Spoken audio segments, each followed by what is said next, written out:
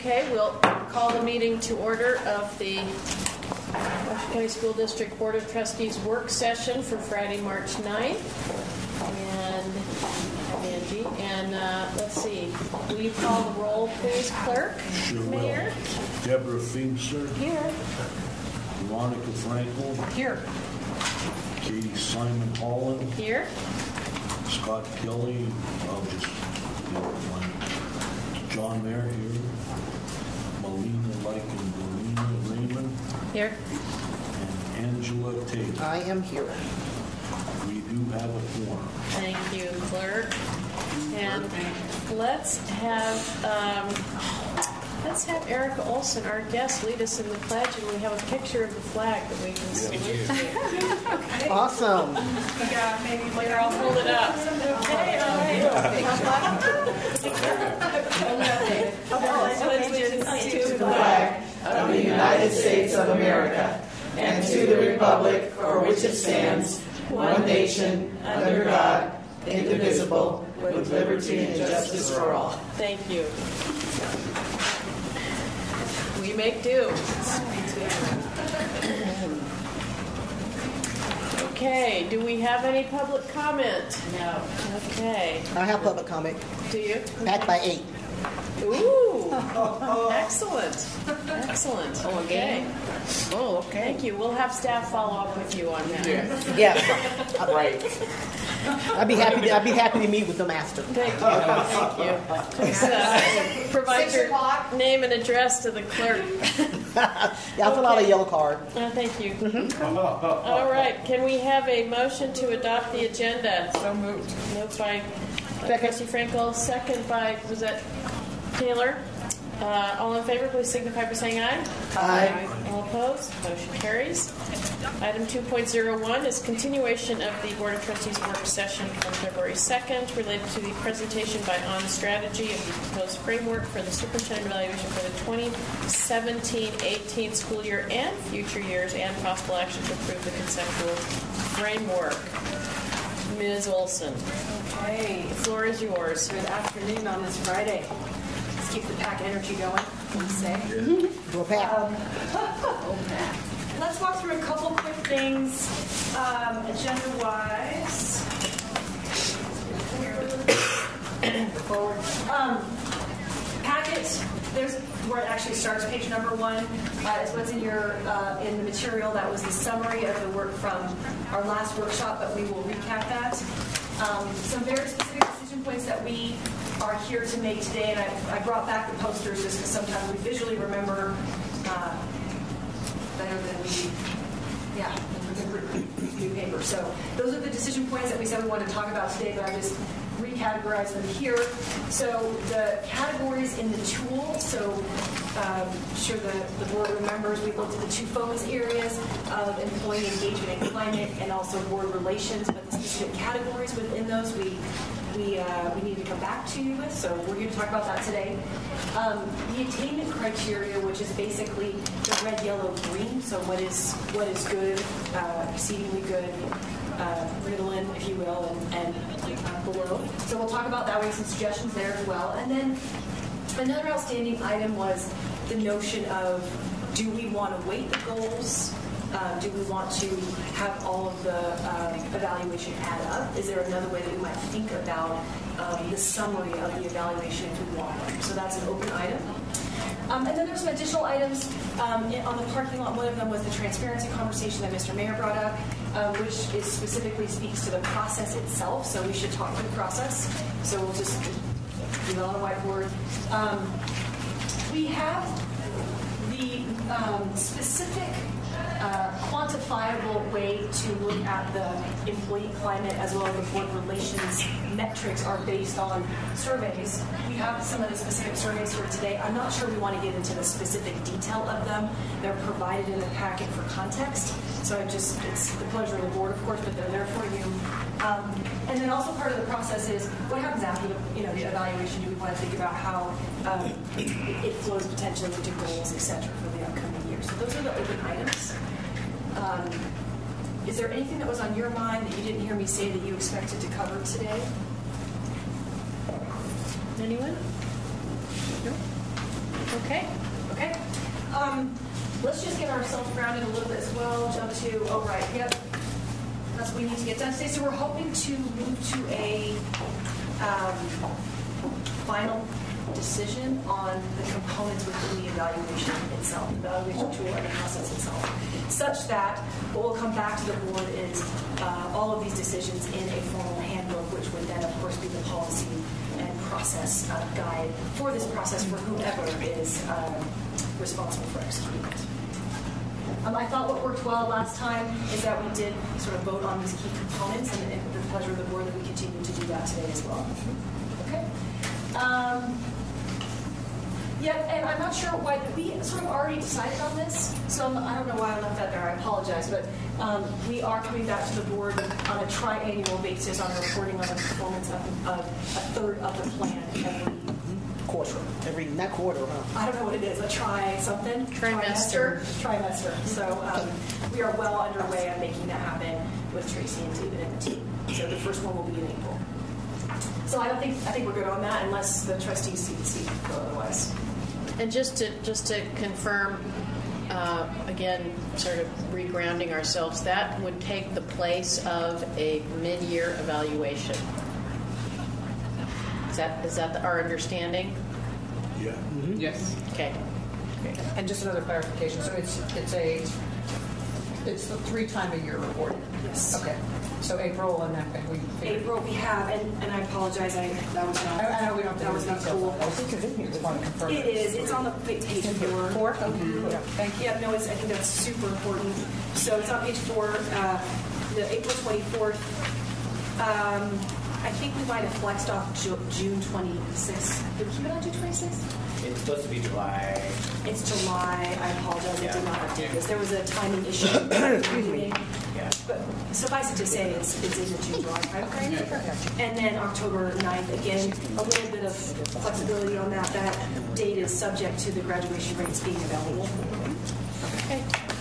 Good. And then the number of metrics. I'm sorry, on that, did Yes. that also take the place of board reports? I mean, Yes. department reports? You know what I mean? Yeah. Okay, that's what I thought. Although, I mean, that's not to say we won't scatter them throughout the year in terms of requests. Like we did. Yeah, but in terms of formally those, that day or two we would spend, okay, that's what I thought. Yeah, so what we've worked on with, with Tracy and David and Banji and the team is a very succinct reporting process such that it would be probably a 60 to 90 minute presentation at each of those board meetings. It might take longer the first time just to get our rhythm going, but it's specifically against the performance measures in the plan as they're available in this time frame. The numbers are probably not exactly perfect, but net it's about a third of the plan for each reporting period. Okay. So I'm going to get a decision list going here, but this will take the place of the mid-year review. Okay, so that is important. Do we need to vote on that? Did we already? I don't know if we need to vote on that, but it wouldn't hurt. It never hurts. It never hurts. Just because that is spelled out, that we shall endeavor to have a mid-year evaluation is spelled out in the contract. So, does anyone want to make a motion to that effect? Yeah, Alina. I move that Vice we President. approve the calendar of tri-annual reporting on the metrics. In lieu of In lieu of, do you want both? In lieu of The mid-year department evaluation. reports and the mid-year evaluation. Great. Okay. Is there a second? Second. Second by Dr. Feebster. Okay. Any discussion? All in favor? Oh, go ahead. So that one day that we used to have for department reports is no longer. So it's just going to be part of her evaluation. Well, I think the thought is we would split it up the 3 times per year rather than combine it all in one giant. So a third of the department reports will be each of those dates. Yes, but focused on the strategic plan. Okay. Okay. Just as a clarification, I know one of the things that the department reports were useful for, I think we talked about it a couple years in a row, was as we head into the budget conversation. I don't know. So just not wanting to lose that. And I know that's often all of the staff are there.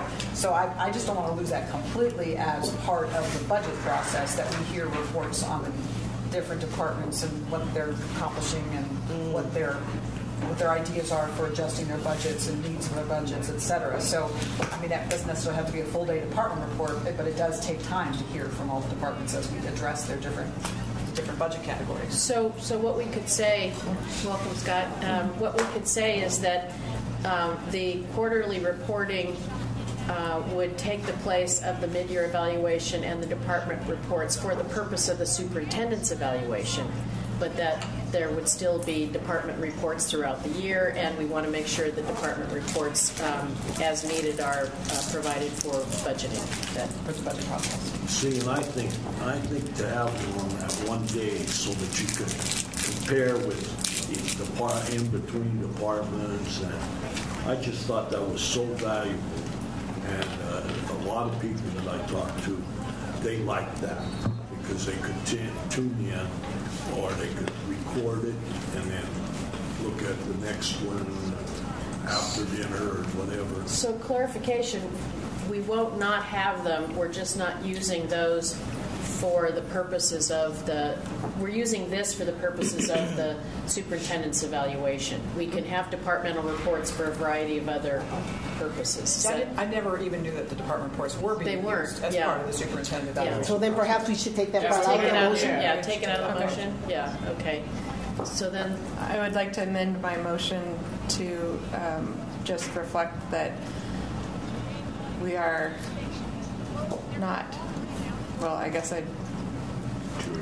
to remove the reference to the department reports being eliminated. Part of the evaluation. Being eliminated by this quarterly reporting process. Okay. Second again. Okay, good. All right. You guys clear on that? JJ, you're not looking clear. So what the motion would be? The motion to approve the triannual reporting of metrics instead of a mid-year review. Yes. Thank you. Okay. Well stated. Okay. Any other discussion? Any other discussion? All those in favor, please signify by saying aye. Aye. Opposed? Motion carries. Thank you. Awesome. All right. Let's just jump through a couple other items as well. So decision making today, we're going to vote as we're moving through. We talked about that. We're looking for consensus, and help me just to stick with the topic because it has been a long week. It's Friday afternoon, so you don't know if I can get. So I'll get far too long going, and that's it. I think we worked through this last time, so we will just do that today as well. Awesome. All right, so I wanted to just recap this again, just grounding ourselves in the criteria. Our flip chart's over there, but that's okay. We know that the criteria for an effective evaluation process is establishing performance expectations of the Board of Trustees. It's fair, objective, and measurable. It's transparent. It's comprehensive. It sets out mutual understanding. It provides a two-way dialogue for honest feedback. And I think this is important. I put it in red because we added it sort of at the end of the day, the notion of we're trying to create something that sustains beyond those of us in the room here today. Okay. Yeah, I probably should say superintendent and board. I mean, it's fundamentally it's a colorful process, right? So, okay. All right. So again, I'm just recapping this so we can move quickly. Assumptions, we already assumed we're not using the rubric. That we said this last time, there was an interest to use the strategic plan. That's why we're doing that. We're using the strategic plan as adopted in August. That's an important point. It needs to be supplemented with performance areas. That's why we have the board relations focus area and the employee engagement and climate focus area. We are not assuming to be doing the evaluation, so that's another important assumption. We're going to track progress along the way. We already just articulated that. And that the timeline for the approval is one of those things we made a decision on last time, which was the July through June period. Okay. Okay. So these are the decision points from last meeting. I'm just going to point us to these for a quick minute on page 2 of your packet, or the page that actually has number 2 on it. And then there's some subcomponents that we need to dig in here to dig into today. yeah, so the decision around the time frame, we said that, using the strategic plan as a basis, the cadence we just discussed, that we would conduct an employee and a community survey. We did say that. What we don't have here for you today is the community survey piece, so I just want to acknowledge that. We have the other components, but as far as the actual detailed survey, so I don't know how to handle that, but Just as I recall, the purpose for that was to make them two separate surveys instead of having the employees and the community do the same survey. Right? correct. That's Okay. important. Let's make sure that we have that team, and then we will keep And that. do I remember correctly that we were talking about the community survey, well, and the employee survey, not just being about the superintendent this time. Right. That's why The we community don't have- survey one, Yeah. not being about. Good, thank you. And if I remember correctly, we were going to consider the timing and not do it right before, to just to help emphasize that point, to not do it right before the superintendent's evaluation. So when we talk process, let's make sure that we kind of think a little bit more about that. And Joan? I'm sorry, I'm not really going to keep doing that. I'll do that later. Oh, I just want no, to make it's sure okay. we remember that. It's okay. So that's part of the reason we don't have a community survey here today is because that's a new tool. That would be a new tool, and I think it's a little bit easier, quite honestly. So, all right. I have a question. Yes. Did we also discuss with the community survey to guarantee that we are targeting the community and not just certain areas of the community? Because I think that's so important. Yeah. Rather than just, we always know who's going to turn the surveys back in, but I think to make a concerted effort, I think Mr. Mayor was saying the areas, maybe it's another meeting, Excuse me. Northeast Reno, Sparks area, inner city Sparks area. Mule Road. Yeah, so that we're actually getting an accurate picture from all of our constituents versus just certain zip code areas. A representative sample. Yeah. And another Oh, that's a thing, good way to say it. Representative sample. and another thing we talked about was limited to one-time survey. In other words, they can't go 10 times and answer the survey 10 times. Yeah, that's part of the technology. Yeah. By But didn't we say that, though? Yeah, they couldn't do that this time either. This time it was a one-time. Did we actually? Did we get to the community survey discussion to this level of detail No, last time? We did not. Okay. I think it was another meeting. But I think it's great. And so we'll take those notes. It's important. I don't know if we're raising hands. So. Yeah, go ahead. No, and so just to make sure I'm clear, so in relation to the topic here today, so we're talking about we agreed, and I think I'm remembering this now, we agreed to do both an employee survey and a community survey. The community survey would have a component related to the superintendent that would be considered as part of the evaluation, but the timing would not necessarily align immediately before the evaluation. It's not just about the Well, superintendent. no, but I'm just talking about it for the Right. purposes of this conversation. It's going to have other pieces to it, but that piece of it related to the superintendent will be something that will be considered as part of. That's my understanding. Okay. Yeah, and I think the employee survey as well. Of course, that would be, of course, that would be considered. focus more on It just wouldn't be done at that time right before the evaluation and so on. It may be like right at the end of the school year, for an example, or something. And it may have questions that relate to the entire district's performance and how you like your child's school safety and that sort of thing. Hence that not being ready for today. Yeah. So just so we're clear, we know that the community survey, we're going to look at the timing. It's going to have a representative sample. Only one time, we would kind of roll that in, but it's okay to be explicit about that. And it will be Broad. Thank you, broad.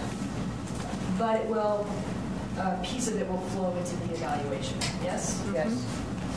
It should probably be disseminated in different ways, not just online, because not everybody has access to the computer. Online would probably be a big part of it. But maybe you can do a telephone survey somehow, I mean, write in, or in person, I don't know. So is that community survey people who actually interact with the superintendent, or just Challenge with that. there's a difference when you interact versus what you get from your neighbor? That's the challenge. I was thinking about that. Right? Like, I that's think the challenge. If some people work with the superintendent versus people or with the district versus those that don't, and if you aren't really engaged in the district, you don't really know if the performance is good or bad. I mean, it could go either way. You could say, "Oh, I see Tracy on TV, I love her," or "I see Tracy on TV and I think she does a horrible job." Whatever. Right. If you don't have that, how do we? I like it being broad because I do think it should be a representative sample. I think that'd be great. But how do we do that? Are we mixing two? I'm sorry. Yeah. Well, I was just going to add that there is a piece of it in which even if they don't interact, the perceptions of the district are related to people's confidence in the district, and that does relate to their confidence in the CEO.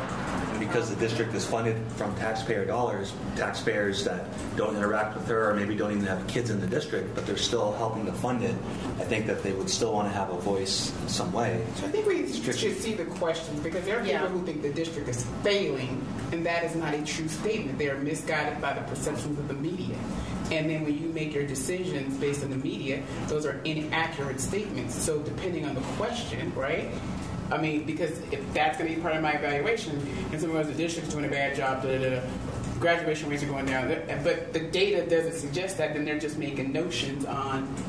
But that's always true of a community satisfaction survey. Sure. The city of Sparks does one. And, right. But the difference is if we're putting that in my eval saying this, if 50% of the people said the district is failing and we're not failing, that's not fair either. Well, I think what's being measured there isn't whether or not we're failing. I think what's being measured there is people's perceptions in relationship to the district. So I think it depends on how we use the measures related to the superintendent. Which is what and the questions are. Right. Right. And that's why, and I know we're not going to wordsmith the survey itself today, but I think there's a difference between, you can't be evaluated by somebody saying, "Oh, graduation rates are 50%." It's not that. It's how to sort of the general sense that there is information being shared accurately with the community and that kind of thing. So school district's going in the right direction. Right. Those kinds of Can I make a suggestion? So just to kind of, there's one of the things we talked about was getting feedback from the direct community leaders that interacts with. That's one audience. Mm-hmm. Another audience is the community outreach database that is specifically put together by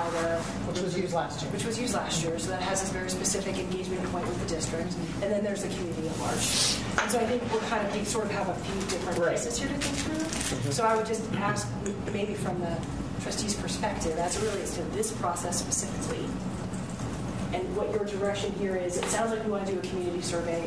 Fine. I'm not sure how all of that fits into here, unless we do indeed want the perspective of the superintendent process or evaluation in all of those kind of three audiences, if you will.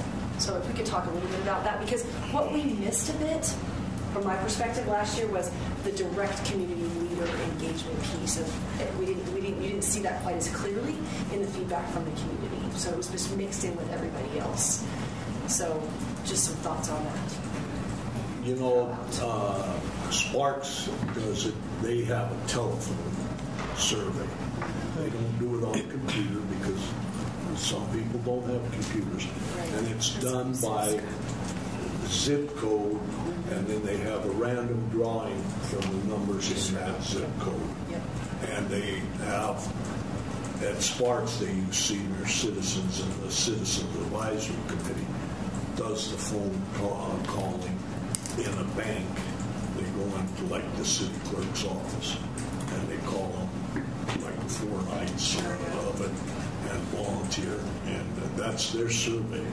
And it does give, although it's a smaller zip code and what have you, the Sparks in the whole county, but it's pretty fair system. And I think we talked about access. We talked about that there should be a conscientious effort to have more access for a variety of people. Yeah. Melina? It's 2 questions. If we did all 3 of those categories with the same survey, can you disaggregate that? You could, yeah. Those results? Yep. And then second question, I think more for the group would be, like, I don't want to do a survey if we're not going to use it for anything. And so if it's not going to be part of the evaluation, then I don't see why we, or if we're not going to find another use for it, if it's not going to guide us in some process. But I think surveying just to survey, I'm not sure makes sense. And I actually would like to see all three categories, the results from all three categories, but I have trouble figuring out how we use the information we would receive, or have trouble thinking through that, the usefulness of that information in relationship to the evaluation, and therefore I'm not sure whether it's worth collecting, I guess. I think it is worth collecting, and I think we have some baseline data already. And so I think, as I think you all did on the employee side, there may be some questions that could be used again, that could be used, and some of the better questions in the survey from last year to evaluate the community's perception of the district and the superintendent. But I also think it can be aligned with some of the goals in some of the metrics in Goal 3, because there are some measures there relating to parents' access to information. I can't remember, I'm not looking at all the words in Goal 3, all the metrics that are in the chart already. But I think you're right. If we can link those two together and it actually feeds back into, provides a measure for some of the goals that or metrics that we already have, I think that would be one of the ways to craft a survey for the community to get at and get some measures to help us evaluate Goal 3. Because Goal 3 is specifically related to the community and parents. And so I think finding a dovetail there would allow us to evaluate our progress on Goal 3, as well as use some of the baseline data that we used before. But who did we receive that data from? Was it the whole community, or was it that? Was specifically the community outreach data, which includes community leaders, and then more broadly, a lot of faith organizations, government organizations, nonprofit organizations. And the response rate was very low, and we worked really hard at it. So that's kind of just another point of information that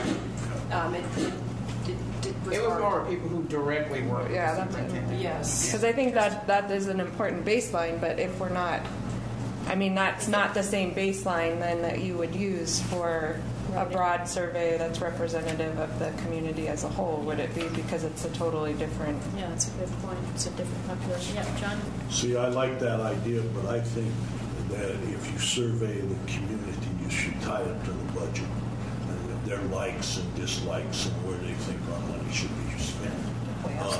Because, the curriculum side and that, but I think form your questions so that you can, when it's budget time, say 75% of the people think that this should be added to the curriculum, or this should be a goal of the school district.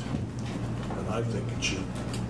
And that's, the reason if they saw that it's going to be used for the budget, I think you'd get a bigger response.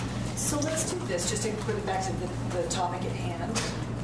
Sorry. Well, I was just going to say, there are really three opportunities, and if we're going to go do a survey one time, we should really be thinking of those three opportunities. And one is to get feedback on our execution of the strategic plan.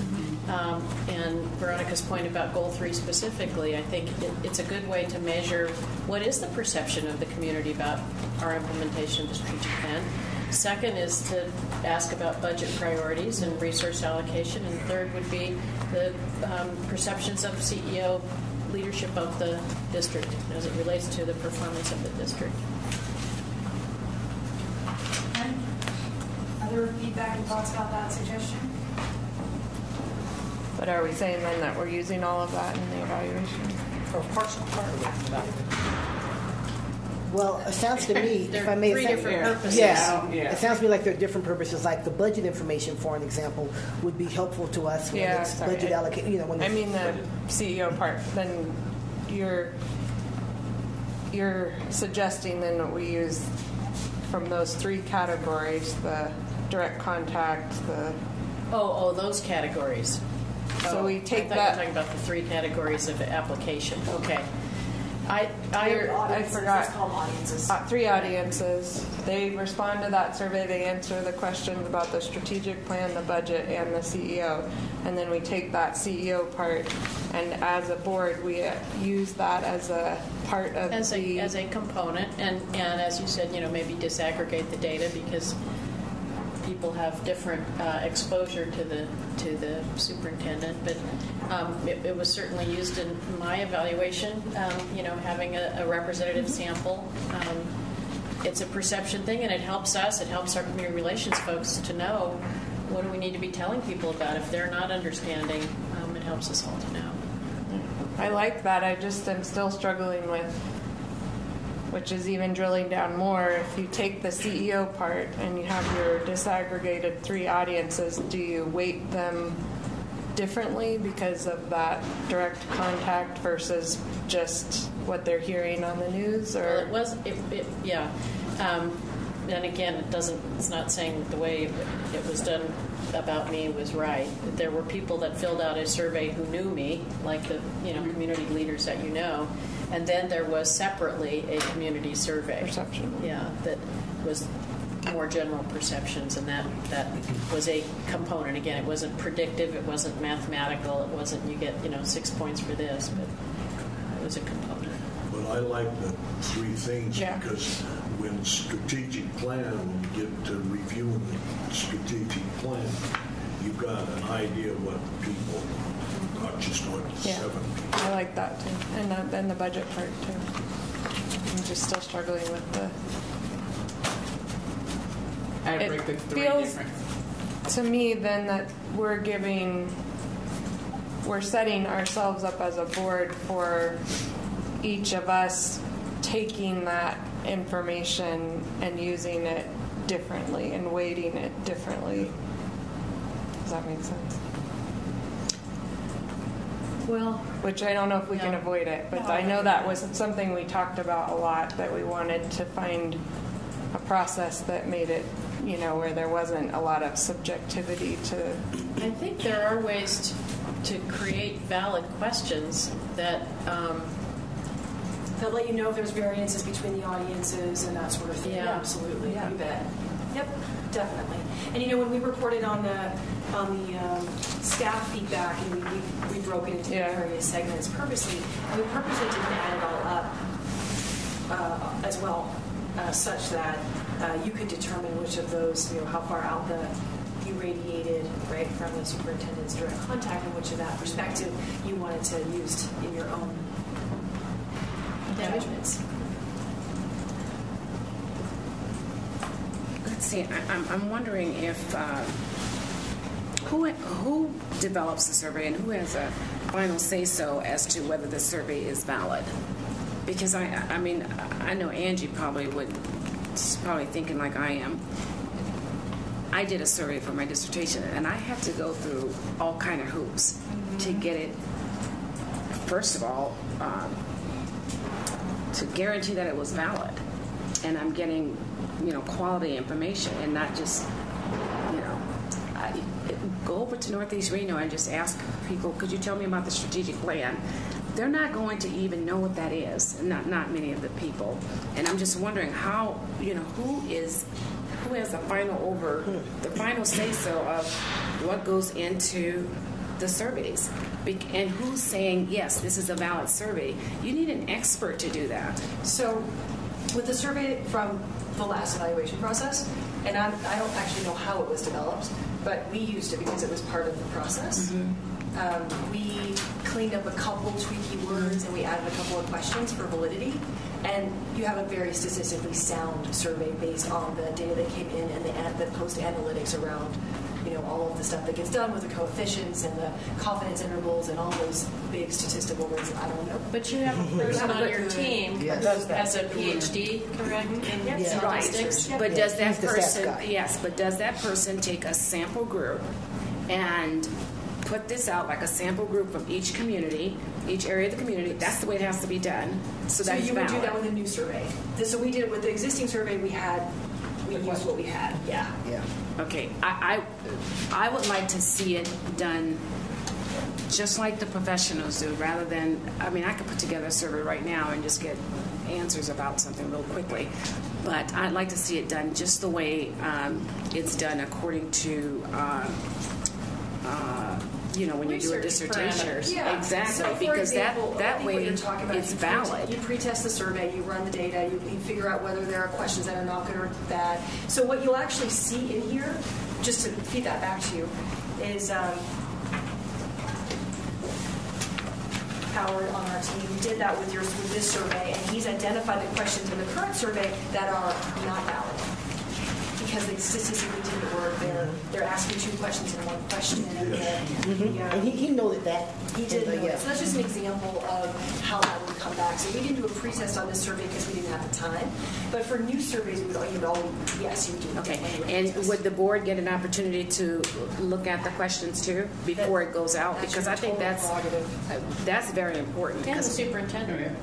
Because I would know what questions to kick out because I went through a lot of stuff on this with my dissertation, and it's tricky, and I know it is very tricky.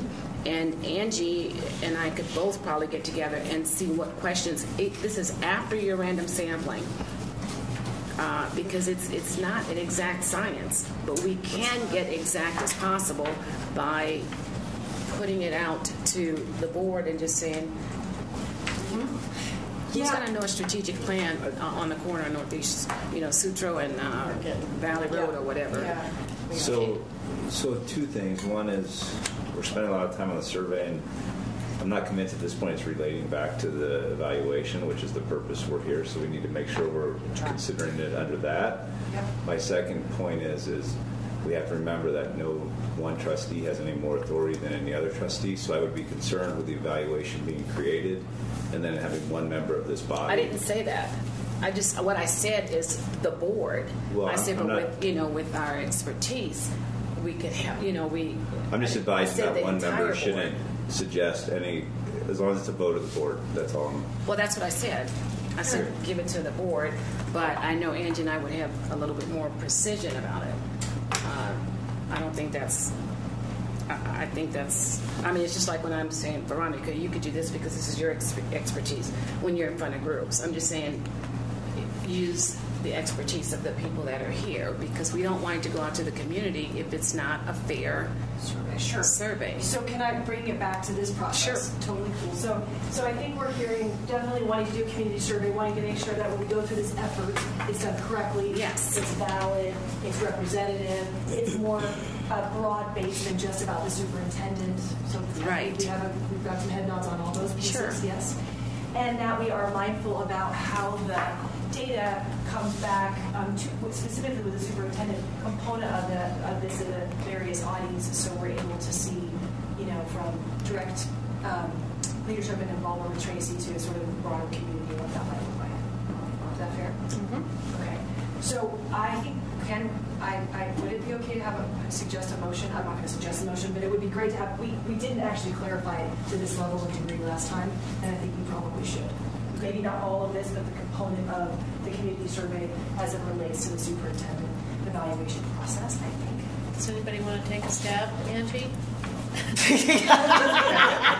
Did you hear that bus just? I think that.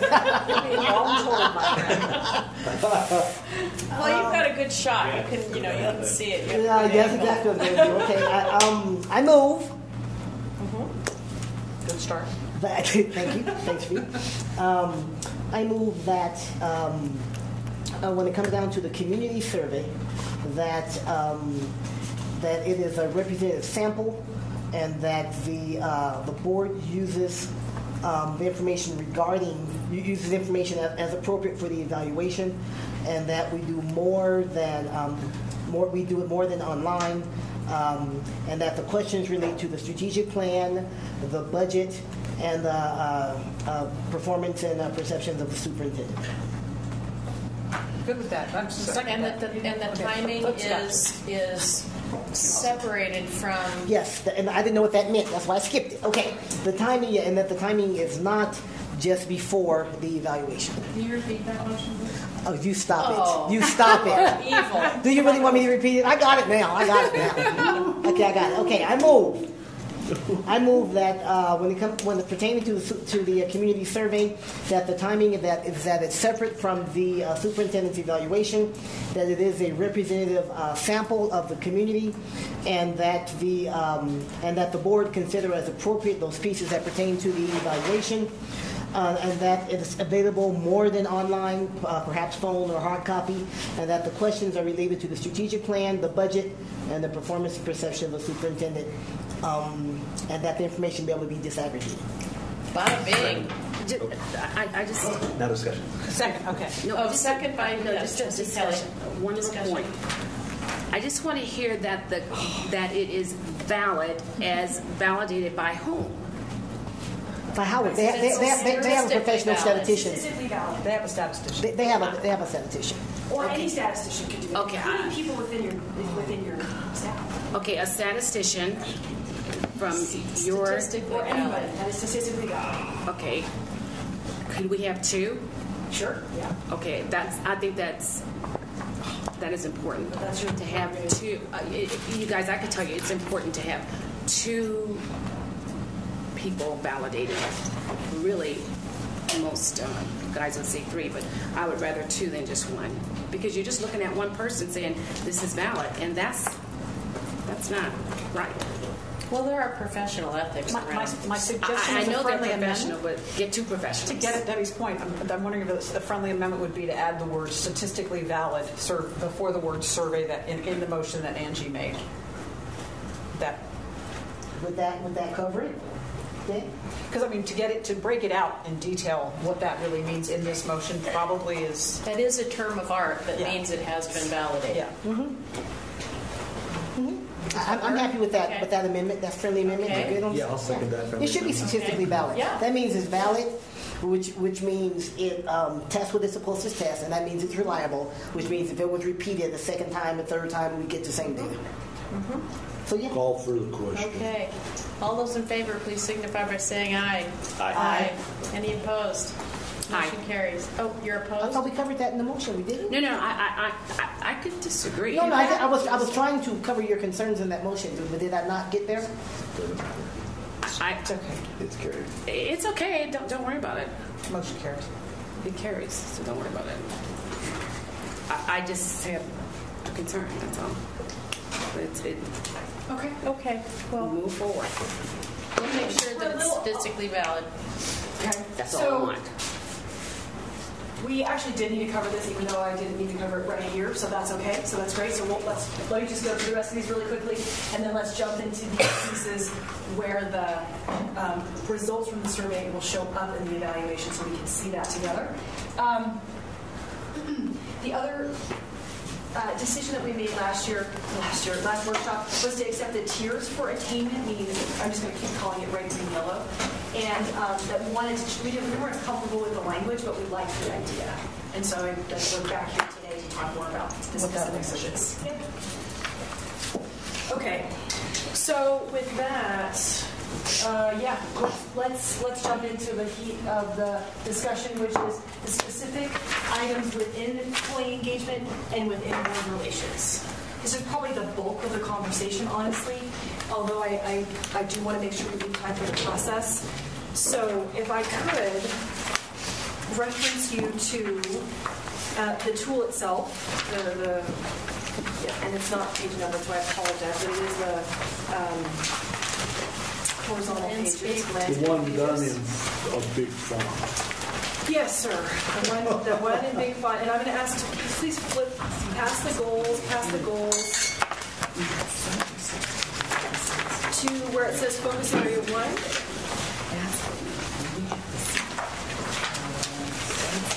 What does it look like?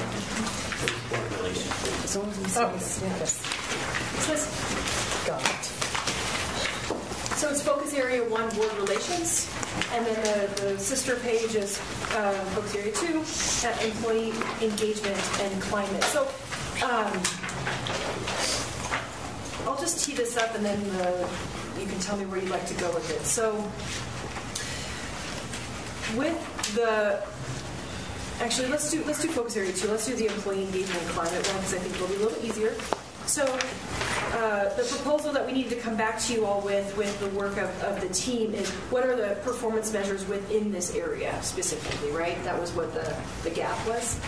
And so here's where we are with it. We are proposing a single staff survey that would cover employee engagement, and those questions would be based on Gallup. The superintendent's leadership performance, which would be based on the questions from last year's superintendent evaluation survey with some amendments.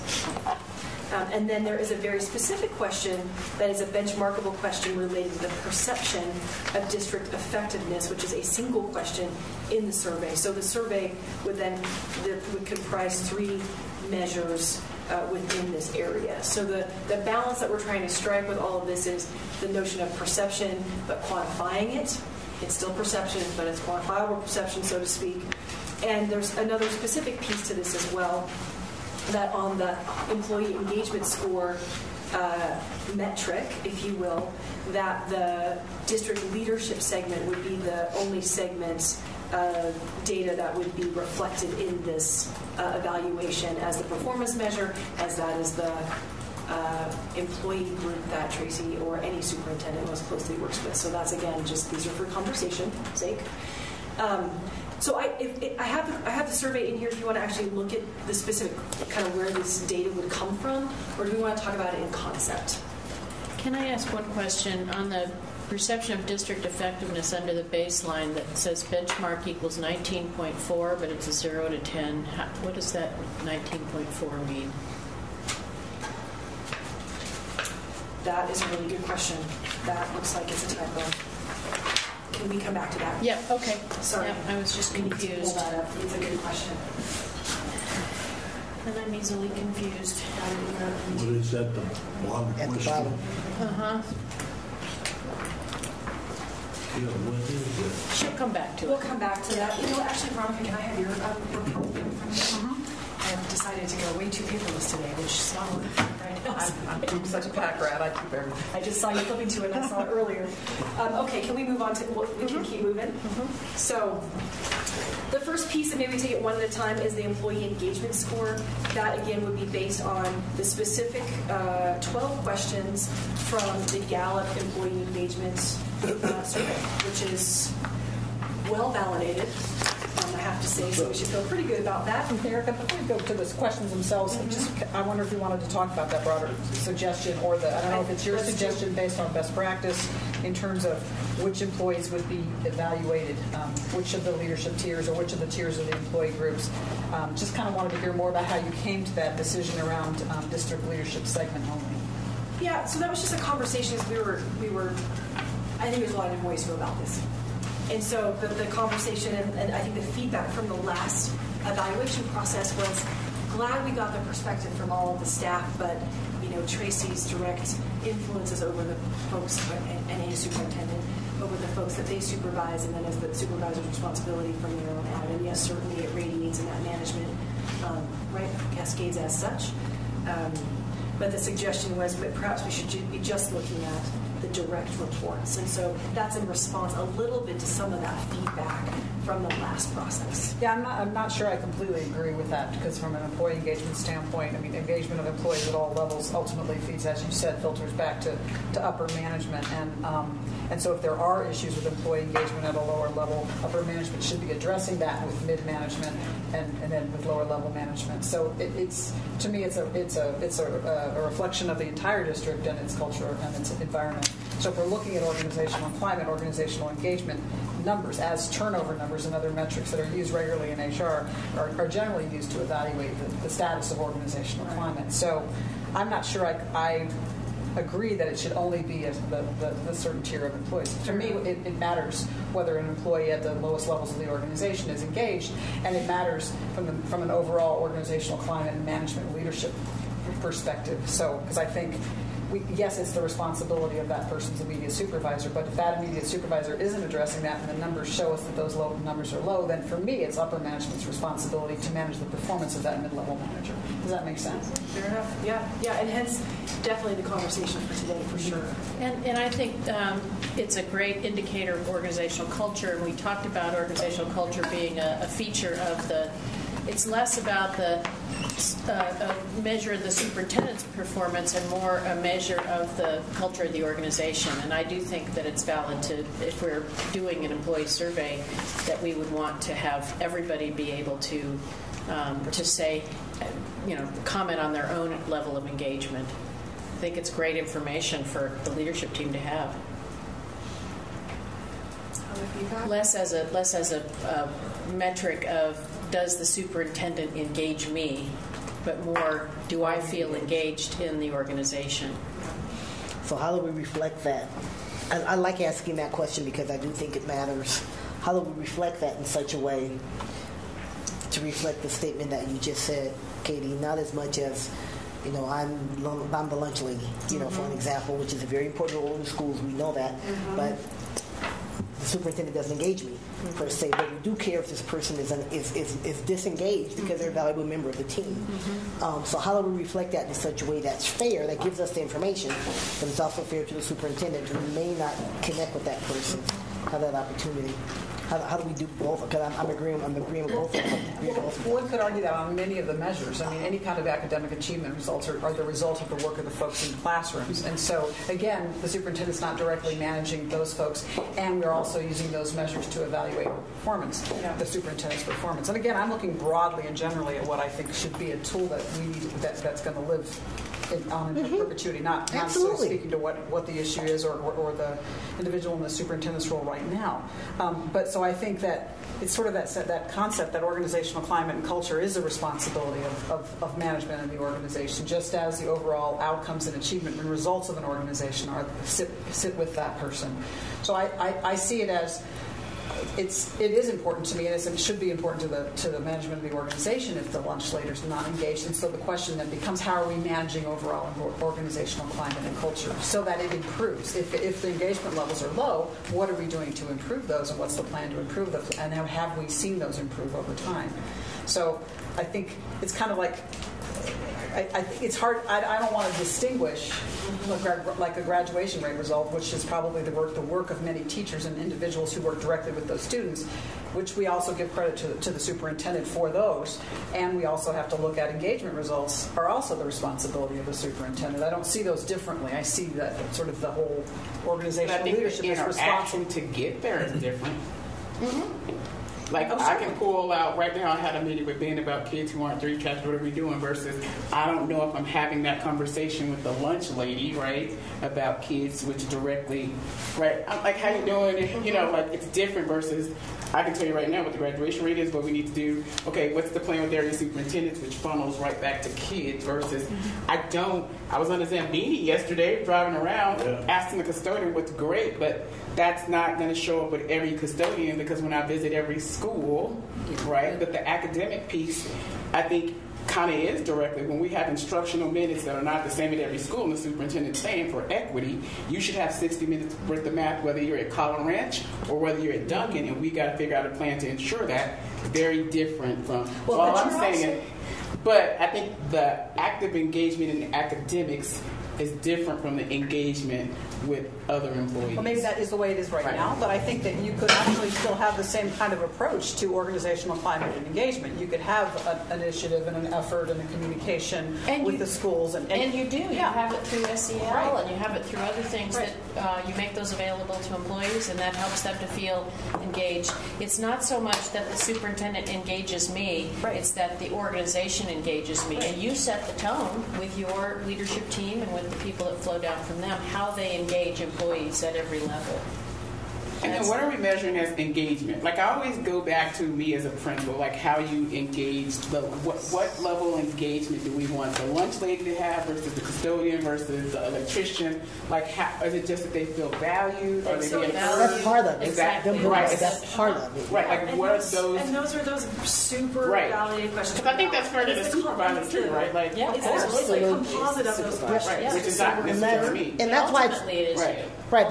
And that's why it's important to use the questions that have been validated. Yes. Validated to measure that. Right. Because it is hard. Yeah. Because it is hard to measure, and that's why it's important to use questions that have been validated, that they are an indication of those things. Yep.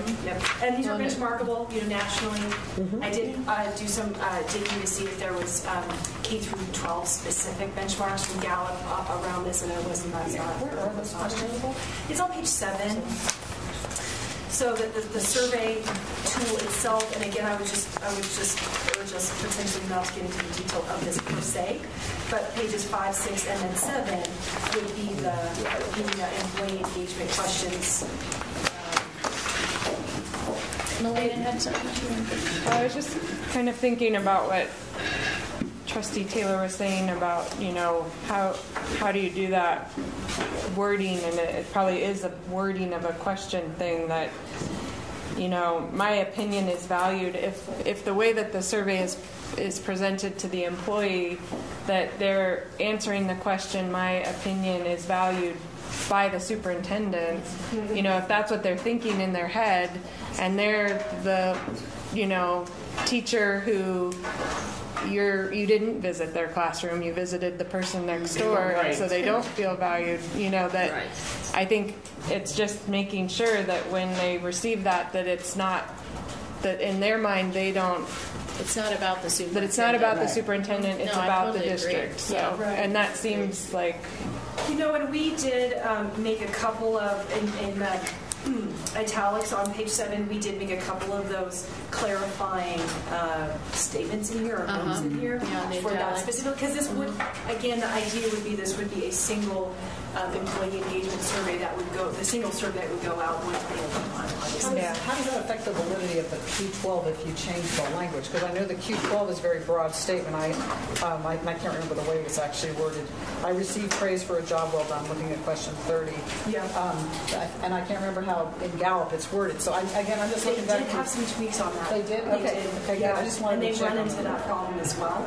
So, But these questions are also in the context of this whole survey set, so that's why I think even more clarification is probably warranted.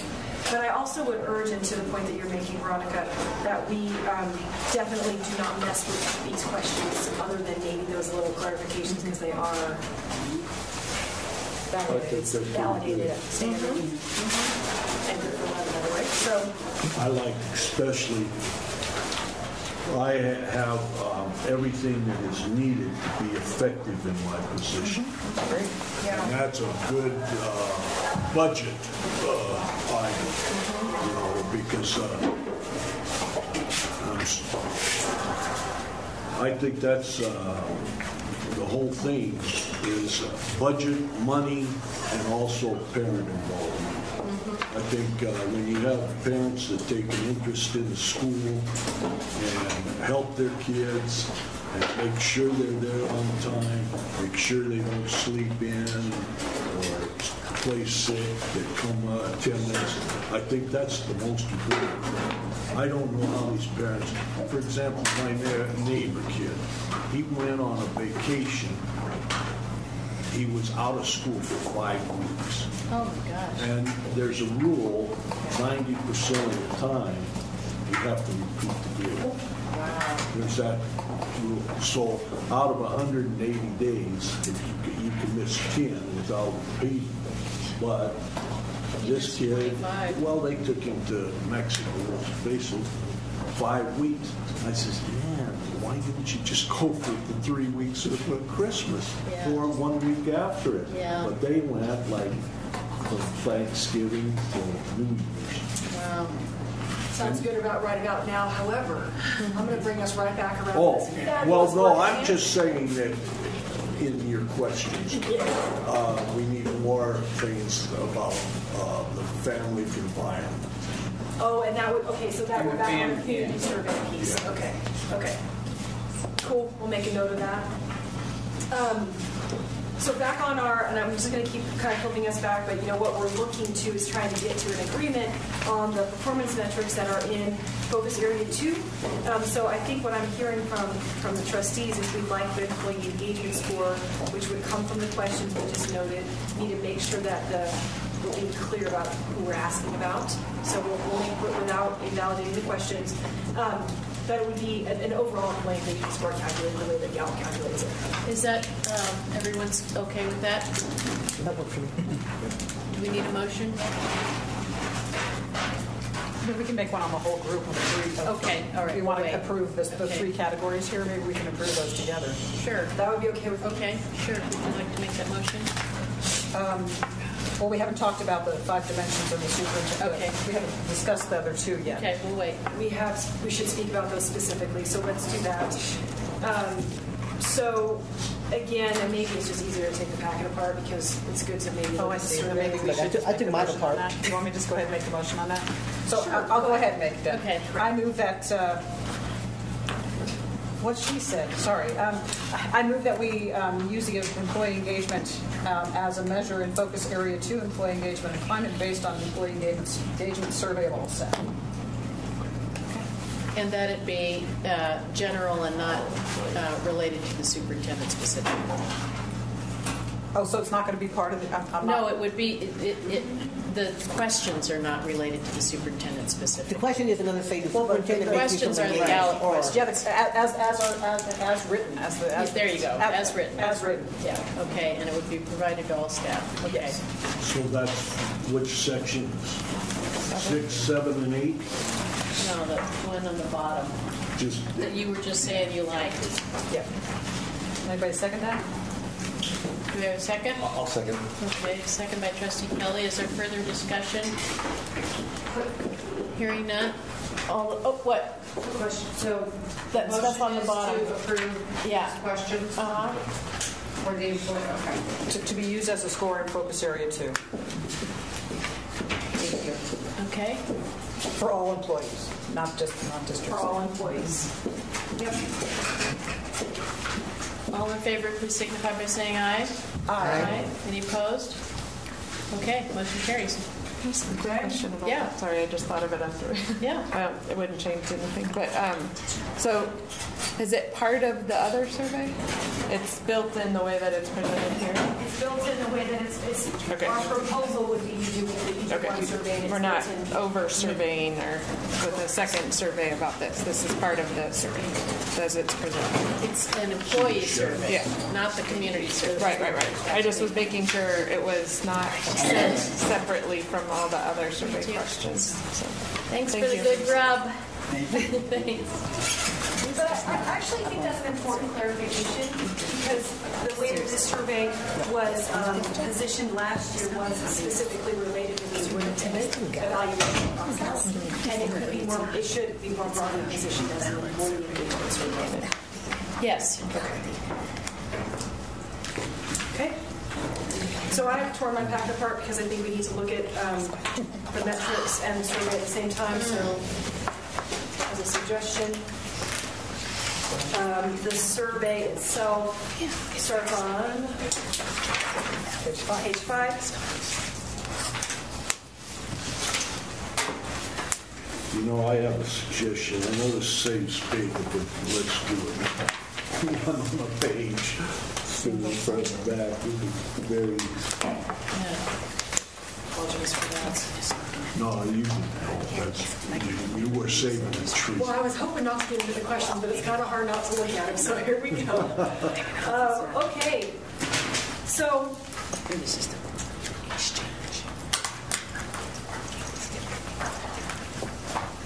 So where are we? we are. I just wanted to orient myself for a second. So the second performance measure that's in this area is the superintendent leadership performance. That would, the suggestion and proposal would be that it's based on the average of the overall, based on the average of the 5 dimensions overall score.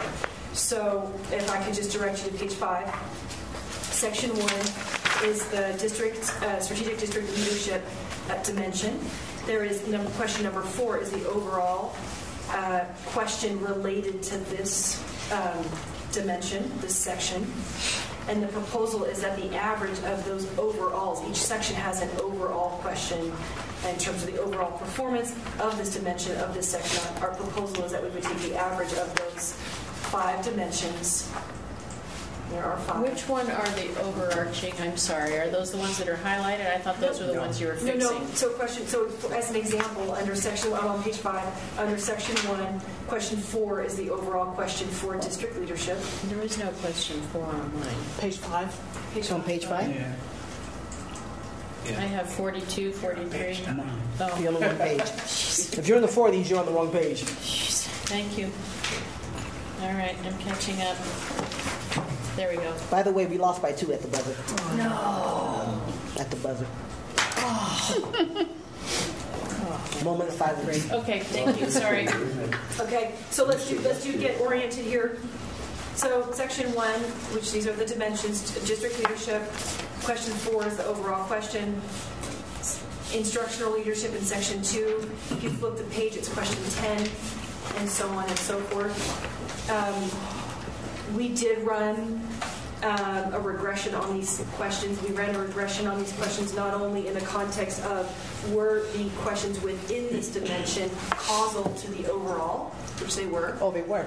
And we also ran a regression on the overall question set in the context of all of these questions being causal to the overall district perception question, and they were, which doesn't always work because we didn't actually develop this survey.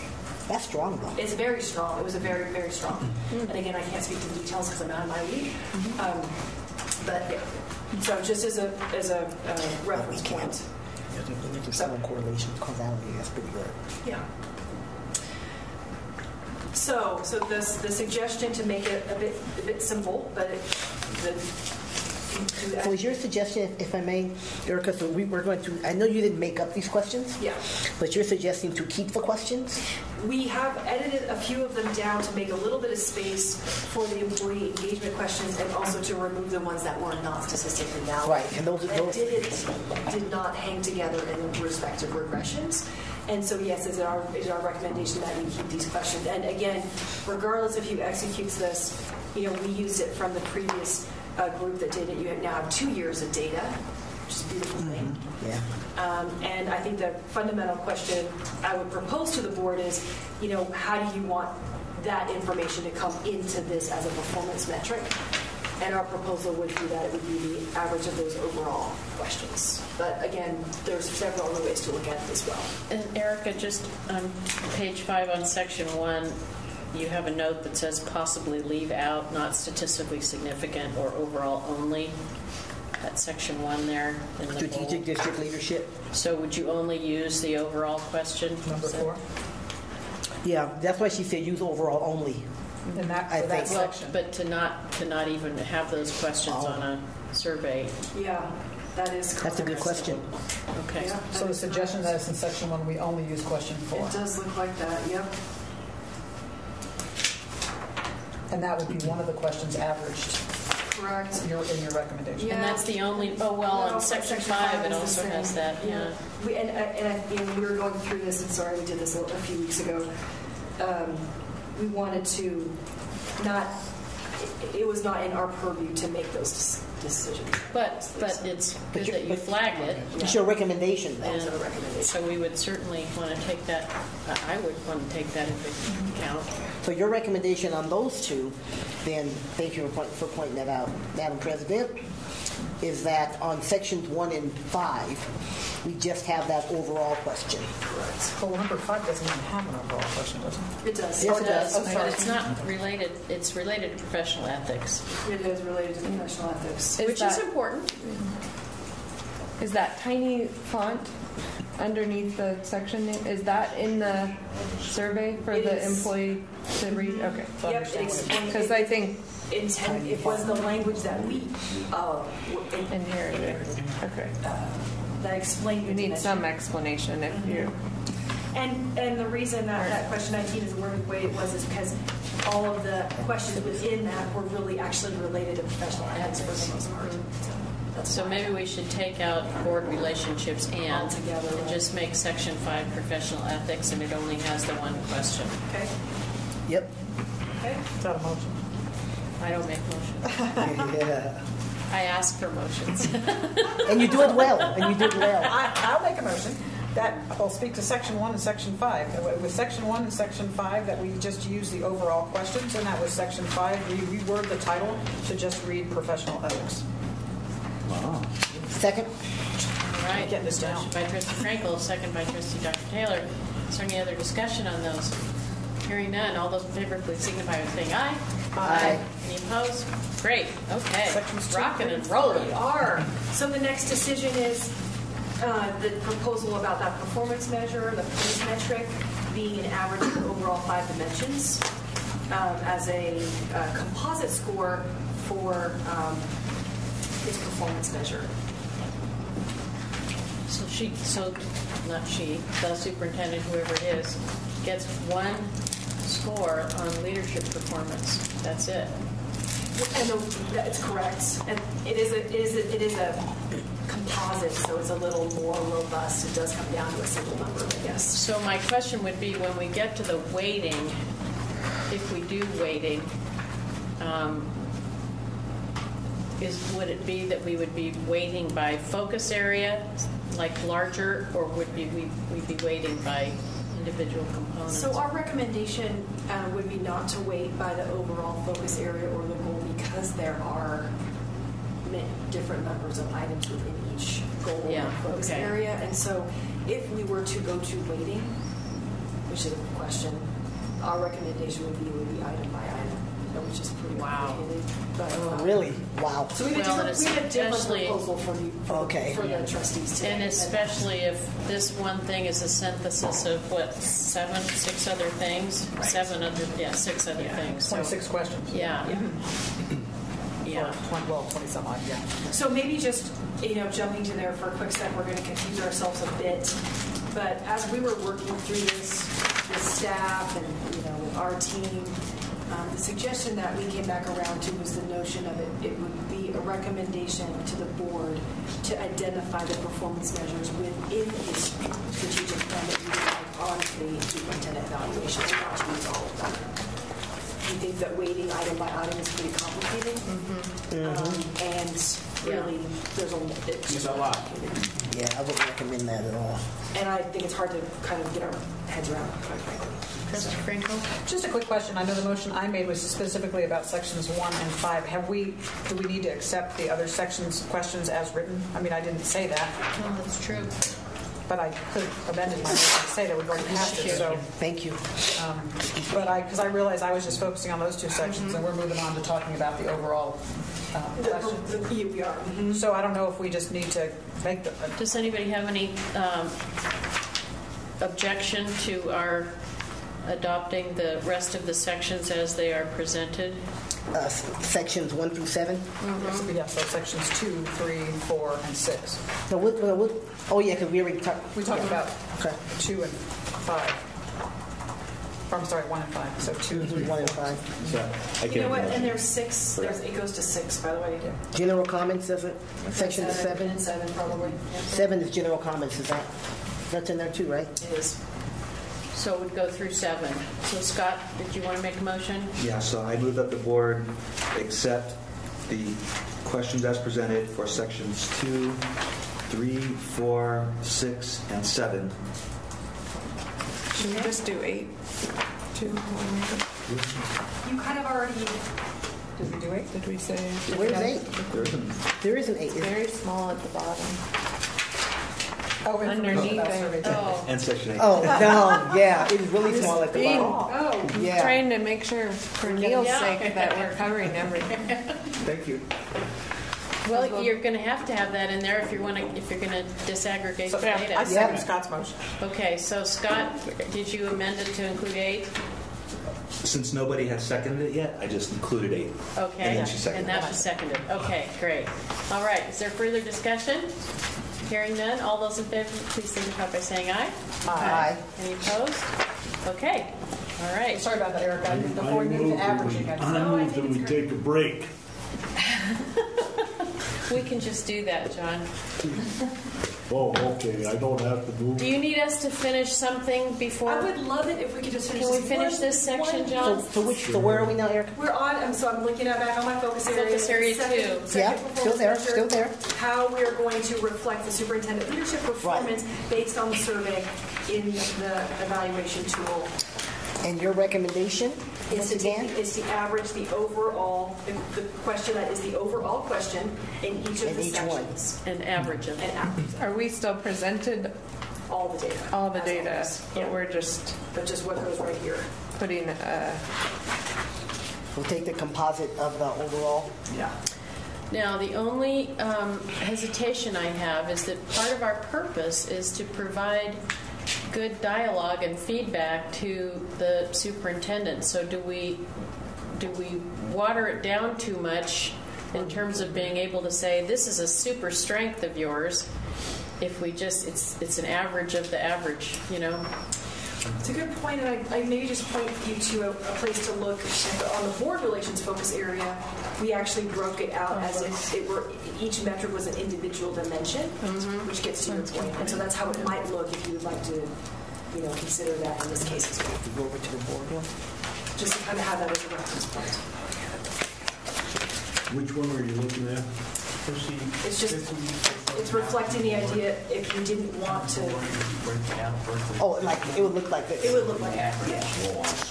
That's all just average of all those 6, and it just doesn't help you know what you're doing. Well, can it be? What if we did this? Can it be on here? Can it look like this? Sure. Like have each for a place for each of the overalls, and then it still has a total. Mm-hmm. And then that way we can still see each of the areas in a really prominent place.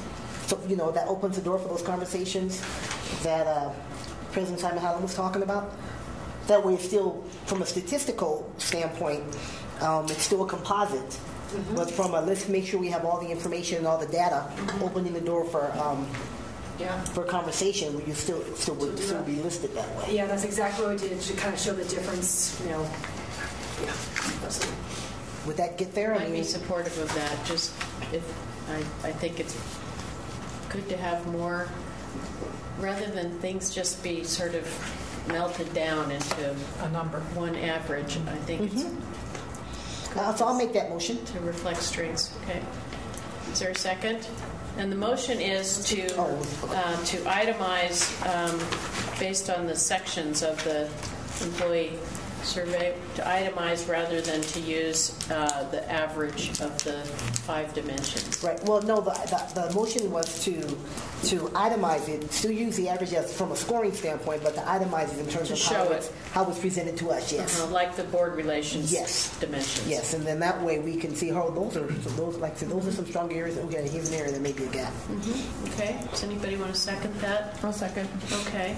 We have a motion by Trustee Taylor. So just to clarify, so we wouldn't have baselines on any of those on the focus area 2. We would have baselines in focus area 1. Is that what you're suggesting, Angie? That we wouldn't identify baselines for each of those 5, even though we'd be listing them. We would only identify the baseline for the average of the 5 or 6 overall questions. Well, do we have a baseline? Baselines, if we have baselines for each of them, we could probably show them. So you show all the scores is what you're asking? Yeah. All the data. That's what I wanted to clarify, is if we would put the baselines in for all of the 5. Sure, why not? Okay. Is that in your? So that's included in your. That's. I just since it isn't. I thought that was kind of inherent, just because it isn't showing here. I just want to clarify that. Yeah, okay. yeah. So do I need to amend my motion to that effect? I think we understand it. And who seconded? Would you accept that? Yeah. Okay. Yeah, I just thought it would be shown the exact same way, which shows a place for the baseline. Yeah, perfect. And since we have a baseline of the average, we must have the detail. Exactly, we have to have that. Okay, absolutely. Okay, great. Question. Yes, sir. Is it for all the surveys or just employee survey? That one is just for this right That's now. the employee. But on which survey? On the employee engagement and climate. We just Focus area number 2. the one we just the one you did sections 4 through. This right here, but what I'm asking is which survey is going to be used to fit this out? This one. The one we just approved. Okay. Back at the first. Yeah, on page 5. got it. Okay, are we clear on that? All right, any other discussion? Can I clarify? Yes, ma'am. Okay, so we are considering each row on this evaluation as a performance metric. The employee engagement score will be a performance measure, and then we will have all of the dimensions itemized as we just mentioned, and then we will have a total. Which will be the performance measure. Okay. Yeah. Got it. An average. An average. Not a total. Sorry, thank you. An average. Yep. Okay, is everybody tracking? Okay. All in favor, please signify by saying aye. Aye. Aye. Any opposed? Motion carries. Okay. One more thing. Oh, I thought we were doing that. I know. We've got one more thing on focus area 2, don't we? The perception of district effectiveness. Yeah, and that is a single question in this survey. Go ahead.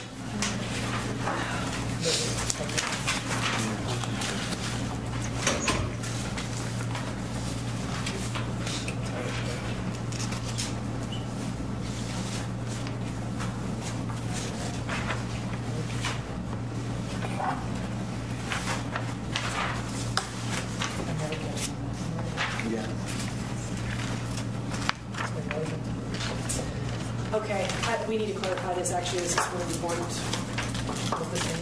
Okay, so we'll take a break. How long? Okay, well, we'll take a break then. How long? Let's see. It's 2:25. Can we do 10 minutes? Okay. We are at our time of returning. We're all here.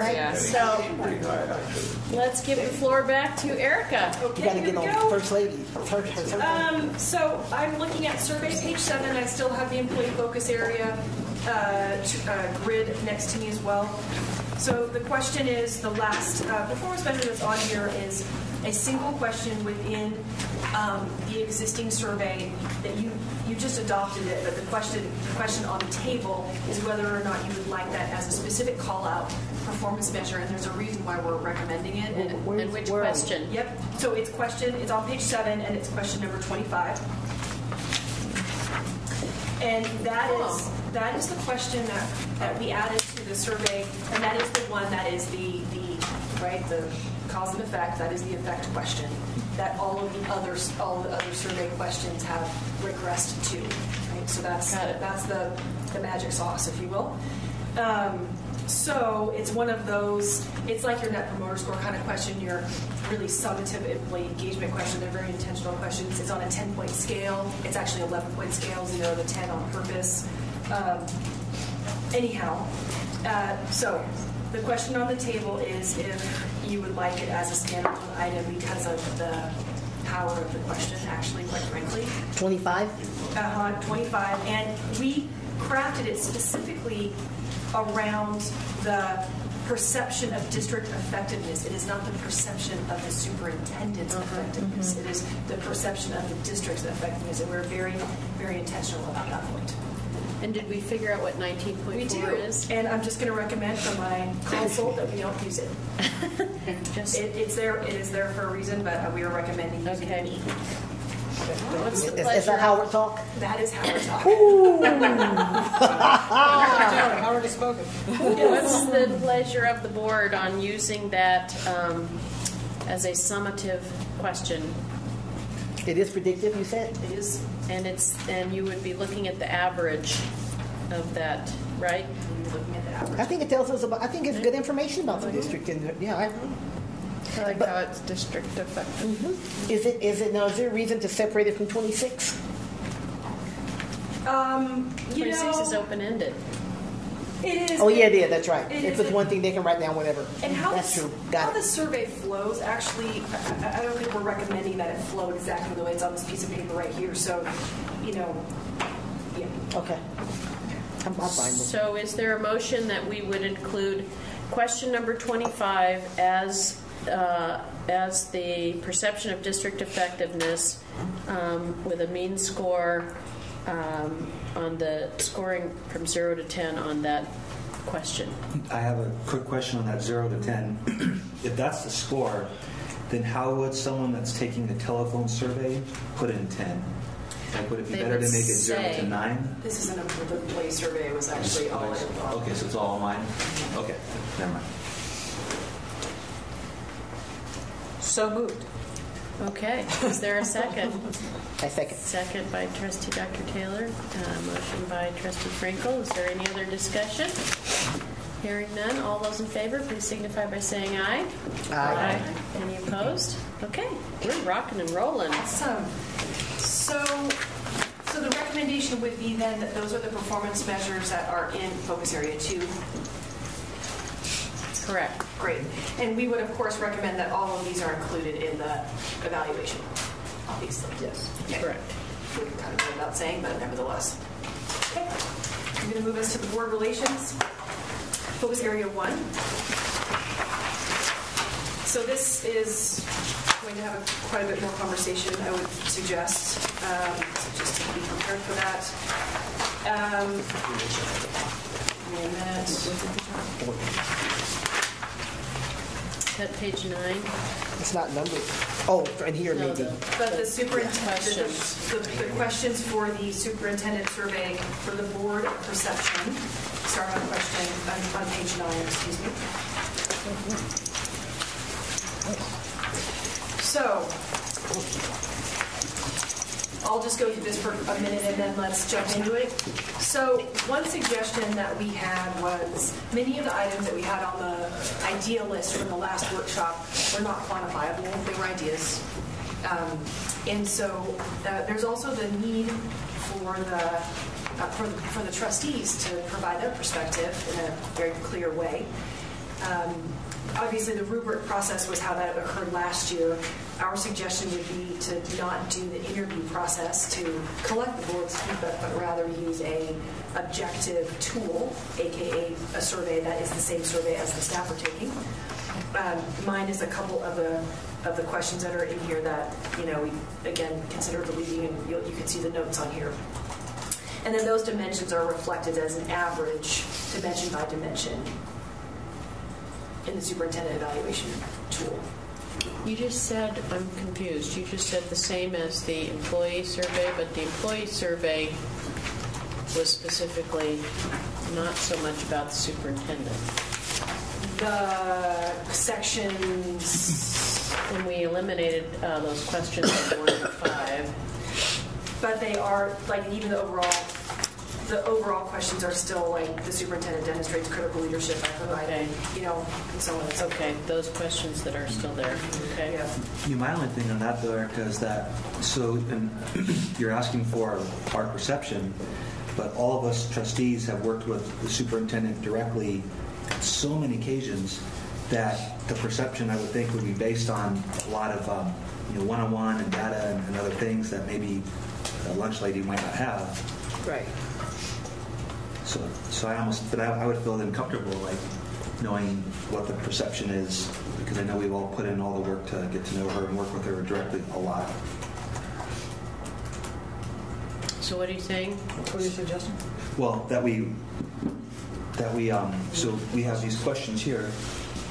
You're looking at page 9 here? No, I'm still looking at the Okay. focus area. So, yeah, I think the questions, actually, maybe that I'm off topic.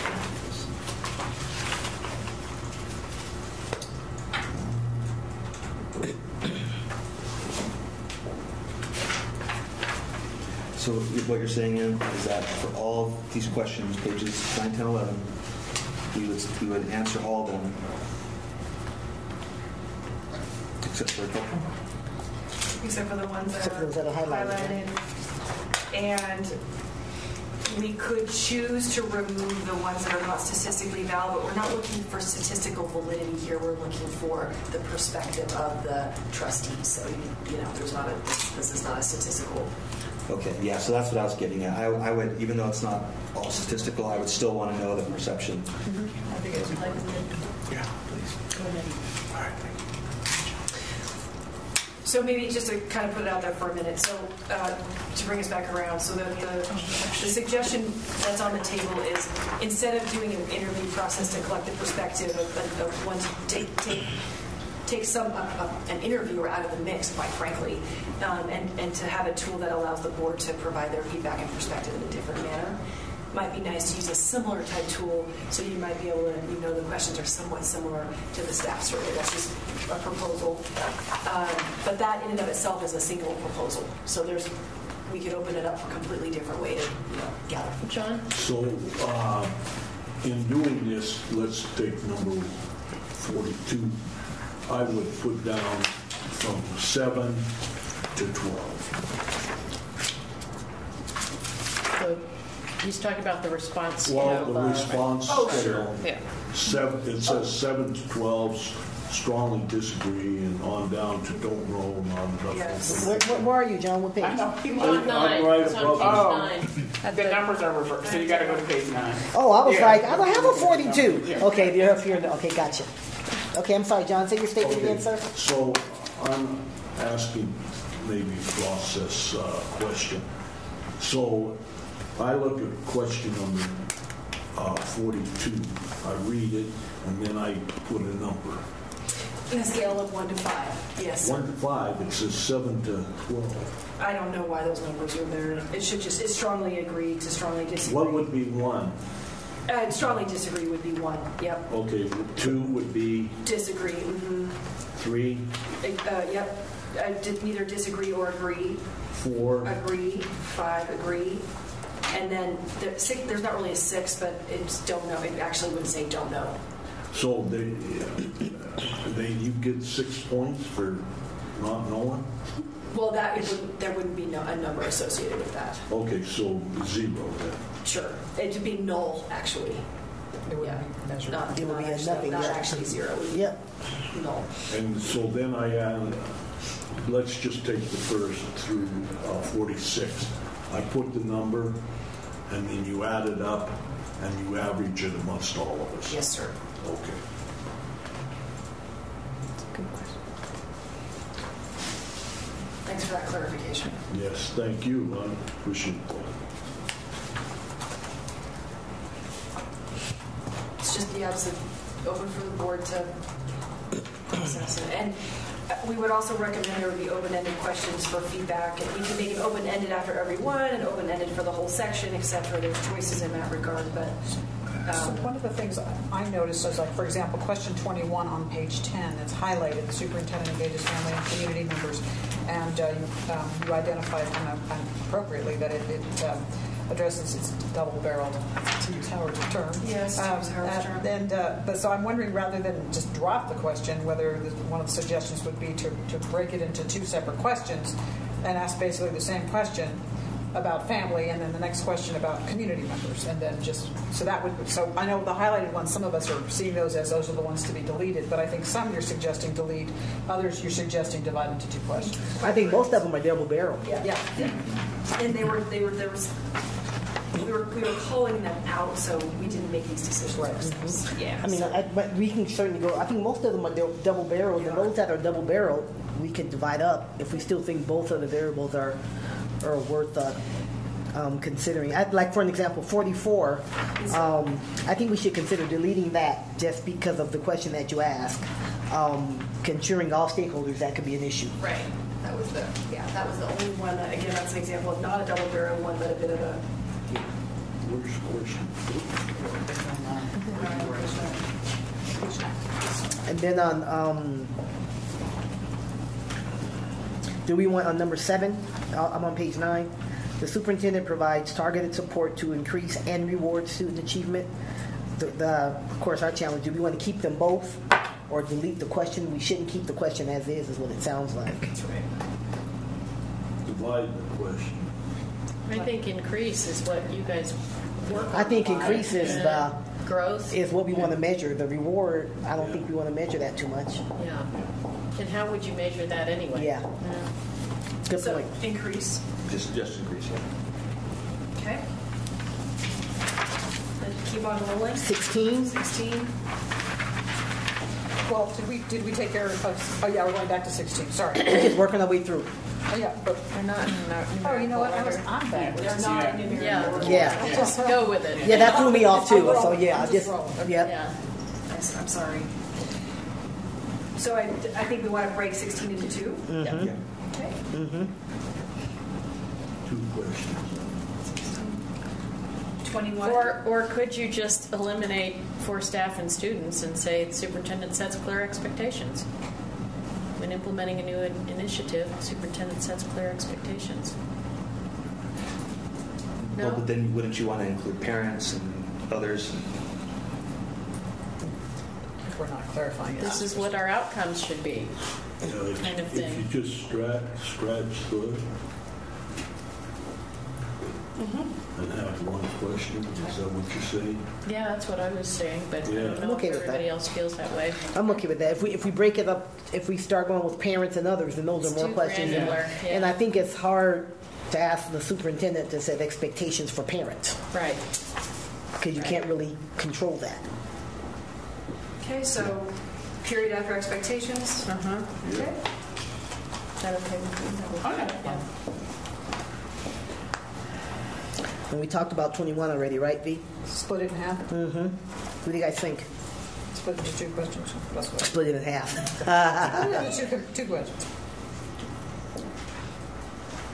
Okay. Moving right So along. we're moving unless somebody objects. 26. Split them? I have a question about this one. So, what would modeling professionalism, do we have Subjective. It is examples subjective. of that? Or? Subjective. Very subjective. It is subjective. And this is based off of, the survey is based off of the national superintendent. From the Superintendent's Association. Yes, it is. Yes, it's not. And again, these are from 2 years ago. Right. Oh, I know, but they could be wrong. I'm just letting you know. They could be wrong. But It's just a person who sits down and does this, and another person looks at it. But I'm sure that I just see it differently. That's all. I feel like I know what it means, but it might be different than what. It's going to be different from somebody But this else. whole section is this is where they get the piece of it. So it's not actually even a wrong or right. It's their perception, It is. right? That's correct. Right. Which it could be. You might see it one way, somebody else sees it another way. Because even though I thought the questions were fine, like I'm good with it, part of it was like, well, what does that mean? For 7 different people, now we got to create a rubric, but we're not creating a rubric because it's just 7 different value perceptions. systems. Yep. Okay. What's an ethical man do? Well, ethical is a little brighter line for me than professional. Yeah, for me too. Yeah, for me too. Because there are ethical requirements of, Yeah, but in what Statute. situations, well, statute that's the defines thing. ethics. Yeah. Working for the good of the, organization and all that stuff versus personal gain. That's a different issue. So are people generally okay with splitting those two? Is it? I would. I'm okay with it. And, your auditors also want to have evidence that the board is paying attention to ethical behavior, both of the board and of the management staff. That's one of the questions they ask in their management exits sometimes. Though it says in all situations. It does. That's right. Delete that. Delete that. Just ethical manner, period. Yeah. The superintendent models professionalism and superintendent acts in an ethical manner. Just like questions. Okay, so professionalism, that's period number 1. Okay. Ethical manner is period number 2. Yeah. Okay. 28. Also, a suggestion on that is 2 questions, or one of them. It's a bad question. Effective, ineffective.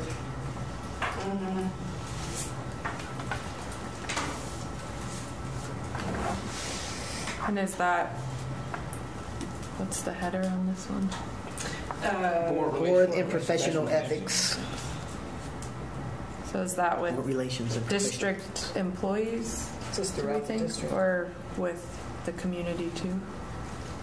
This one says throughout the district. This one says throughout the district.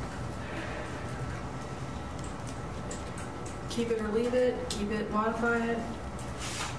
No, I think the question's important. I'm thinking splitting it into 2 seems almost like excessive. I mean, I actually like it together because they sort of see those as together because you develop and maintain. But if I had to pick one of them over the other, I would probably say develop, because I think develop implies an ongoing kind of thing. But, so if I were to pick one question, I'd say superintendent has been effective in developing effective. I don't like two effectives either, but I don't want to change the question if it's been used. Is this going to be the first time we've done it with the It is the first time the board has done it. So it is the first. So there's not like a baseline. But this comes from the Superintendent's Association? And it's based off of the survey from last year, just like the other questions. It's just we left in some of the ones we recommended eliminating for the reasons that I mentioned earlier, because they're not terrible questions. They were not statistically. Mm-hmm. So, I mean, I'm okay with the question, but so what does that look like? Because I think part of the problem with the Superintendent Association is 80% of the districts are small. 100 between like this small. It's a very different relationship between the top 59 of the 2,000 and something. So what does that, like, if Katie doesn't walk around with me, like how do they get information about develop? I'm just curious because it's different if I worked in Elko, where I'm going to know every teacher by name. I mean, that's just the truth, right? Like, there's just like, so I'm just curious to what does that, so we all understand it. I'm just curious. When you look at Pershing County, the superintendent was there for 20-some years. I'm just curious. I mean, like, I think that's kind of the, I think they were trying to set a standard across the board, but again, I'm just completely out of my I was the basis. Did you say that? This is just so again, this is perception. I mean, it's Like, and how do you develop that perception? Is your question? How would we be able to develop that perception? It's okay. I'm going to give them a call because I just want to see what their thinking was. Because I am totally. Just so I could validate what I know. That's all. Yeah, totally. But. And only because I think it's smaller districts, and this is the only one question that's a little weird about it. I mean, it's because it's easier for board members to engage with employees and small. So you just nature of sheer size. That's I'm just curious to, like, it's not a yes or a no. You could work with me every day, right? Maybe if you go on a school visit, you might see something different with me versus if you never go on a school visit, you never see me engage only in a board meeting or how that works for the district. I'm just curious because I think in AASA, and I know this because I sit on the governing board, most of those are tiny districts. The larger districts do different things, right? So it's driven. Pennsylvania, like 200 school districts, right? So that's why I'm asking the question. So maybe the question for us to ask is, do we think this is an important question in terms of providing an evaluative feedback for a superintendent? Is this an important? Forget about where it came from and forget about all that. Just it's for this crew to decide whether or not this is an important attribute. I think it is. I'm like, how do they get there more so than? Well, we get emails and phone calls, and we hear from people throughout the district. We're specifically talking about effective professional relationships with the district, right? But relationships, though, right? For the superintendent throughout the district, not for the district. Like we do get letters, but I don't have a relationship with that parent. Like if they send a letter, Katie, right? Unless, I thought this was throughout the district. This is staff. It's staff. Yeah. Right. That's why I went back to the small district, and everybody by name, board members with no staff members. Right? So that's why I was getting back to what does that look like. I'm not saying it's not possible, but for us all to be on the same page and developing relationships, right? So, for instance, he saw me talk to a custodian, and then the custodian said, hey, do you want me to teach you to ride? So we have a 20-minute conversation, right? But he just happens to be there, right? Whereas if you don't see me engage, how do you know? That's all I'm asking. Like, how do they, is it just random, right? Because it could be a didn't observe or a zero, but... Yeah, which is why there's a don't know. Yeah. But not enough information. Right. There is a don't know, but not enough information. And shame on us if we don't know. Yeah. But I have a real heartburn with effective. What's effective? Which one of the two effectives, John? I mean, the superintendent has been effective. Has been, and she's not now. I mean, this whole question's got nothing but ears. Oh, maybe it should be in the present tense. The superintendent is effective at developing and maintaining. Okay. It should be present tense. I agree. Yes, agreed. Okay, so first of all, we agree that we should keep the question. Not necessarily. Yeah. No, I think- No, I'm not there yet. Right. I'm And not there actually, yet. to be honest, in that example that I gave you, I don't actually think I have a relationship with the custodian. It Right. was a single moment in Right. time. That was not a relationship, right? To be truthful, Right. it's not a relationship. That's a good Yeah, point. because he's Now, when I go claiming- back and I do a whole floor for him, then we're going to have a relationship. That was but that's very different, right? That's, like, that's not a relationship. That was just... He's complaining right now that you stripped the gears. Okay, stop. None of that. But those, so that, I just want to know that we're understanding it when we do. Like, most of them we understand, but that one's kind of like, okay, what does that really mean for me and the trustee? Right. Drop it. So let's start with the first thing is this a attribute that we feel like should be part of the evaluation, a question that's part of the evaluation. Let's just start with that. Well, let's see if it's dealt with anywhere else. Let's covered it. Let's see. Section 1, Section 2, and there's 3.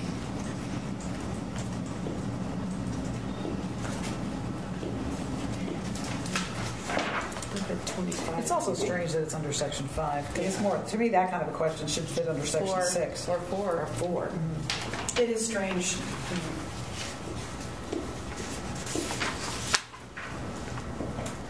I think it's covered by 25. Actually, 25, actually. 25 and a couple of the questions in Section 6 maybe. Let's just take it out. Okay. Take it out. And I'm the only one who liked it, so I'm agreeing, let's take it out. That's it. Okay. Moving on to the next one, 34. The superintendent creates conditions that motivate and empower.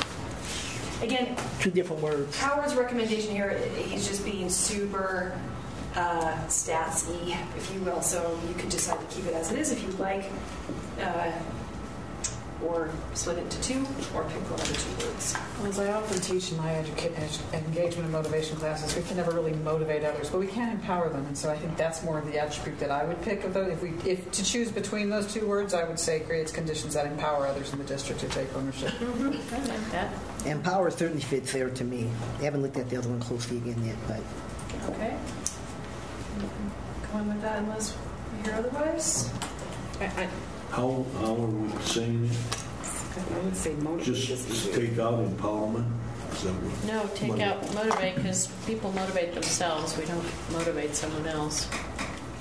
Deborah has a comment on that though, Deb. Yeah, I mean, I think we do motivate people. It depends on who the person is, but we motivate people. I mean, there are extrinsic I know extrinsic motivation motivations. is, intrinsic. You know what I mean?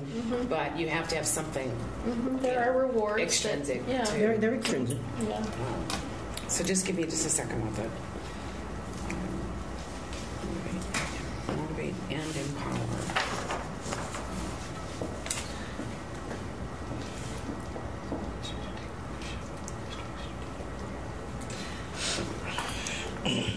Could we use the word inspire others to take ownership of the district's goals and just eliminate, motivate, and empower?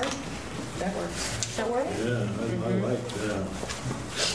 Creates conditions that inspire others. And the same word can be used in 35.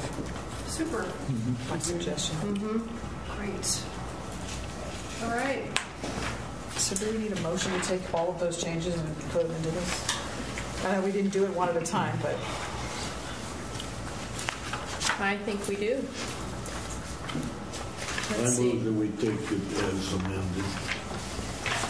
Can I just clarify what we did on number 44? Deleted it. Deleted it. That's my note. It's the whole question. On 44, deleted the whole I question? deleted the word all. Oh, So that's Glad we asked. Good. And so just so 37, they are going to vote too if they are going to recommend someone to the district in which they're a trustee on. I just want to make sure we're good. which one? If I had a friend, you would, as a board member, would you refer your friend to our district? Oh, yeah, I think that's a I think that's a good question. what? Where? Number 37. 37. Oh, It's the same. That's the same. Yeah. Should Question I as the encourage my daughter to take a teaching district position? perception That sort of question, thing. same question. What if you don't like the friend or relative? If That is a twisted line. Yeah, right that's there. another. That's section 8. Section 8. Go to Carson. So let's summarize those changes, just so we're all on the same page. Can I do that? Yes, please. So just because I want to make sure that I have it correctly. Starting on page 9. Starting on page 9, out of order, question 44. Removing the word all. We have the numbers at the top first. We did what? 1 through 6 instead of 7, Well, 8, 1 9. through 5. Yeah. It's actually Fix the numbers. It's actually 1 through. Thank you. It's actually 1 through 5 and no. Oh, that one doesn't have a Is number. it It's no? no. Okay. Yep. Okay. Thank you for that. Question 44. Removing the word all. Just the word, right? I had to delete the whole question. Yes. Yeah, we did vote to delete the question. I X'd it out. Oh, that's what I had too. So. Yes. Well, we can decide now what we want to do. It's okay.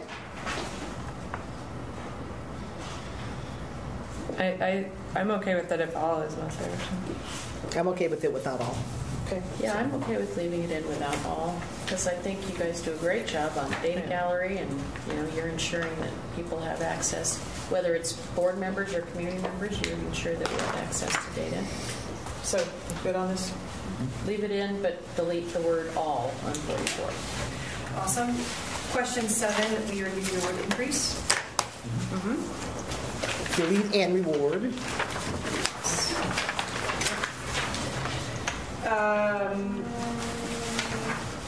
Question 16 is ending after the word expectations. Sorry, give me a minute. Question 21 will be 2 questions. Question 26 will be 2 questions, and we are removing the phrase "in all situations." We're removing question 28. We are using inspire in place of motivate and empower in questions 34 and 35. That's what I've got. Everybody on the same page? Okay. Does anybody want to make a motion to that effect? John started. Oh, there was no second, huh? Can I second his motion now? Yeah. But he didn't finish. He wasn't. I have a question. I'm sorry, that's out of order. Oh, there's no motion on the floor. There's no motion on the floor. So, because we're going to accept these, we have an open-ended question at the end of each section to reflect on your responses to the above. So this matters. We could just leave it a general open-ended question, or actually, I would like to actually make a recommendation that we would just have a broad, open-ended question that allows you to provide feedback about the reason that you responded the way you did for that particular section. So if we did that, that means that this would still be an interview? Like, we would do the questions? Is he locked out? Leave it. Just type it in. Right into it when we're taking this over. Okay, so we write it in with Oh, you guys locked me up. You locked yourself out. Did we get a general sense that that was okay, what Erica suggested? Well, actually, let's still really do talk through this. So, one choice would be we have an open-ended box for every question to provide comments about why. Every question? I'm going to the extreme. Oh. Just going to the extreme. That's a lot of compilation. It's a lot of data. But then the next idea would be that you would have an open-ended box for each section. I like the open-ended box for each section. Yeah, I don't want to do every question. That's just too much. Okay. Or you could keep the question, or we're recommending we get rid of the overall question. No. No, okay. I'm just saying where you provide your Got it. your Is there anything else you'd like to add on this section? Your commentary about I thought you why were saying responded as you instead did. of the overall question. Sorry. You can leave it blank. Yes. You can leave it blank. Yeah, it's just a place for your feedback. Back to the point that this is for feedback. Okay, great. I just needed to make that clarifying point. Okay, so then back to we're looking for a John? A motion. You were making it before, so. Oh, stop. He's doing the motion. I make the motion that we accept as amended these questions for the evaluation survey. Is there a second? I second. Second by Trustee Dr. Taylor. Is there further discussion? Got my fan. Dang it. Hearing none. All those in favor, please signify by saying aye. Aye. Any opposed? Great. Okay. Thank you. Yes. I just want to add that I since I said that I would call the company, just so I could get some clarification as to whether they meant this for as a tool, or did they mean this for, this is what you guys should use? Because I think it's, they send out a tool and just say you can use this as a guide, because a lot of this stuff does look like it would go it's more commensurate with different districts. I mean, it's all over the place. So, but again, I would say that, I'll say that I'll offer my time to call and just get a clarification from them. There's no harm in it, I don't think. No, sorry. I was just thinking through the process a little bit in terms of where this came from, and then the process that got us to here. When we went back and connected with them, they were like not super definitive, but they've got all of their resources and all the stuff that you use there. So, and how it was based off of the blueprint. Right. That was part of this originally. So. Yeah, I think they were very helpful. And then they pointed recommendations to some other best practice districts, so that was helpful too.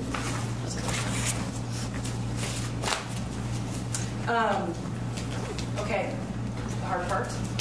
So on Focus Area 1, the next question from the board is, would you like the dimensions, average dimensions, itemized as individual performance measures?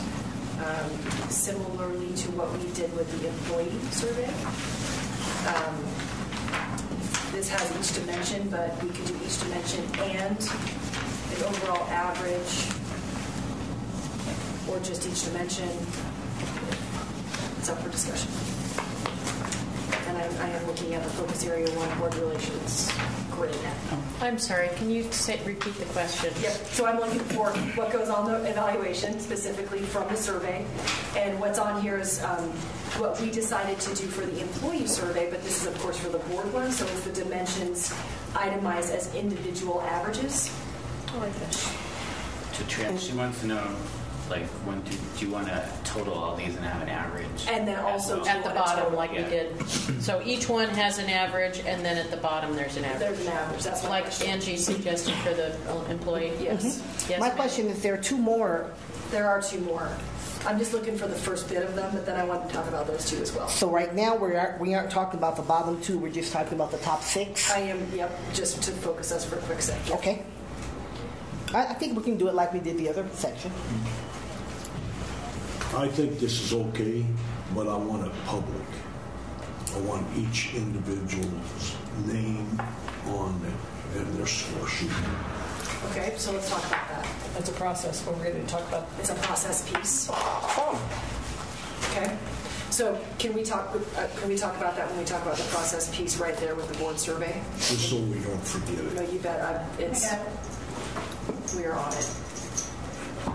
So the first question that's on the table is that the performance measures are individual averages of the dimensions as it's noted here on this grid, and then we would add an overall total average. That's similarly to what we did with the employee piece. Do you need a motion for that? Well, I'm just looking for some feedback. But yes. You need a motion on the other ones. Yeah. Yeah. Go ahead. Okay, I Motion away. move that we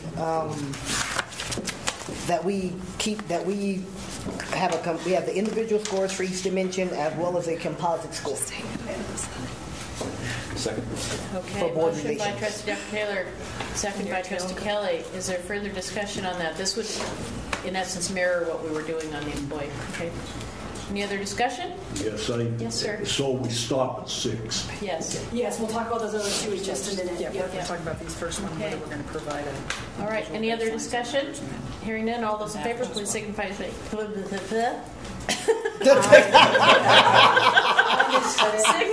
saying aye. Aye.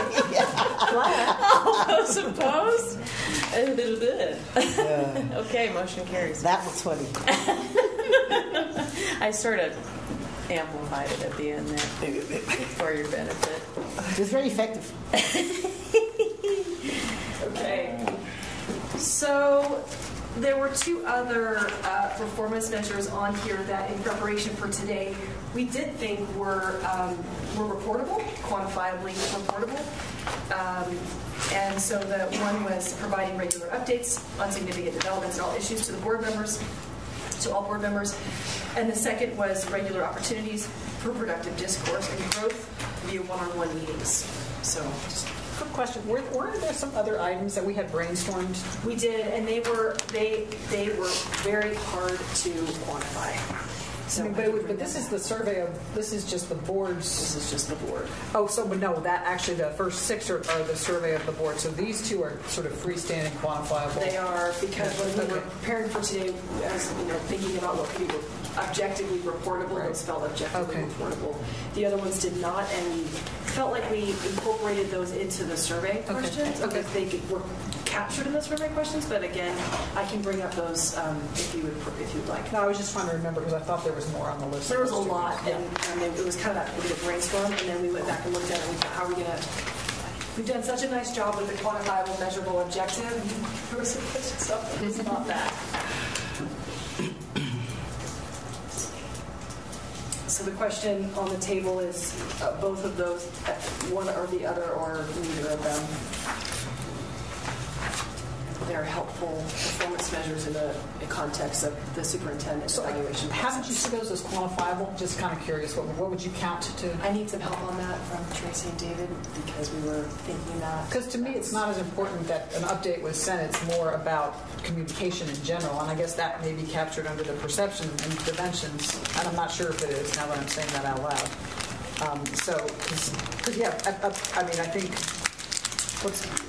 I think the fact that regular updates happen is important, but I also think that there's got to be some sort of reception piece evaluated in terms of effectiveness or meaningfulness or I don't even know the right adjectives, but those are all perception pieces. So. Yeah. Well, it's still a perception. Well, this wouldn't be. That's what I'm wondering. Oh, right.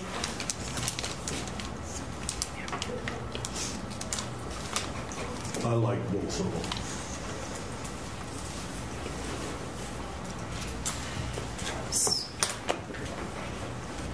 So Veronica, what you're saying is that you like the question, and you would like to have clarification on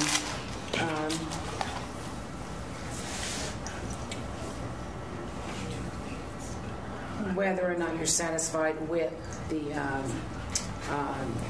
response or feedback. Yeah, and I think that, and this isn't just for this question. I think sometimes when we talk about activities versus outcomes, that's where my brain is. So this is sort of an activity. Updates were provided, but in the second one, it actually refers to productive discourse, which is that's about perception. It is. Mm-hmm. So that no adjectives like that are in the previous one, but that's what I'm thinking about: the meaningful updates, or timely, or I'm not sure the right. There's like a few adjectives that you could put on there. And again, those are more perception pieces, but those are important pieces of feedback for any superintendent to have. And it's important that regular updates are provided, and there may be other opportunities for communication that are lacking or needed, and that feedback would be important for any superintendent to have. Again, I'm not speaking currently. I'm looking more broadly in terms of what. I kind of see them as a superintendent, 2 separate things. If I'm giving you an update, you can't, I'm telling you something is happening on basis, right? Unfortunately, that's not where you say, Tracy, this is what I like, because you don't get to tell me that. Versus if there's an issue with communication, I see them as separate. Updates are to ensure everybody is in the loop in a timely manner on everything, because there were some issues or concerns that people weren't getting the same information, right? So to me, am I providing you real-time updates as stuff hits, right? Are you getting some, not whether the answer, like I'm saying, here's what's going on, you might not always get the right answer, versus what I think Veronica might be talking about is, can it be improved some type of way, right? So that's, to me, this is about, am I giving you all updates as they happen so that you're not in a grocery store, here's something, or information, like with the budget, right? Real time, like Sunday calls, right? Did everybody get that? And not that necessarily. Also, just so you know, that doesn't mean sometimes that's email. So if you don't read the email, that doesn't mean you didn't get the update, right? Like I try to call that's not against you or me. It's like as long as we are giving you the information. Yeah. So one thing you could decide to do. This is intended to be objectively reported. Excuse me. And so, how we do that, I'm looking a little bit at the team here, but you could choose to direct us to make these into questions that are in the survey for for the board's feedback on it. There isn't actually specific questions in the survey right now related to board and superintendent. That might feel better. That's what I noticed. Yeah, that's what I was trying to get at. So if you direct us to do so, we could certainly write those questions. I think that feels better. Mm-hmm. That feels more like it. That feels like it's doing a better job of capturing what's being asked. I think so too. Yeah. It is a bit funny that these are sort of sitting like they're sitting here because it's possible to report on them anyway. And people could then use the comment field at the end to. But then does that answer the next one too? Yes. Like they both are embedded somewhere in the survey. Yeah. If the discourse doesn't happen, you just however you feel, right? Yes, that's right. Or if different people have perceptions about what's productive and what's not, they have the opportunity to put comments in about why. And hopefully it wouldn't be only at that moment that those conversations have happened, but at least there would be that opportunity for that feedback. Does that make sense? Mm-hmm. So I feel comfortable with that. So do we have a motion? Okay, go ahead.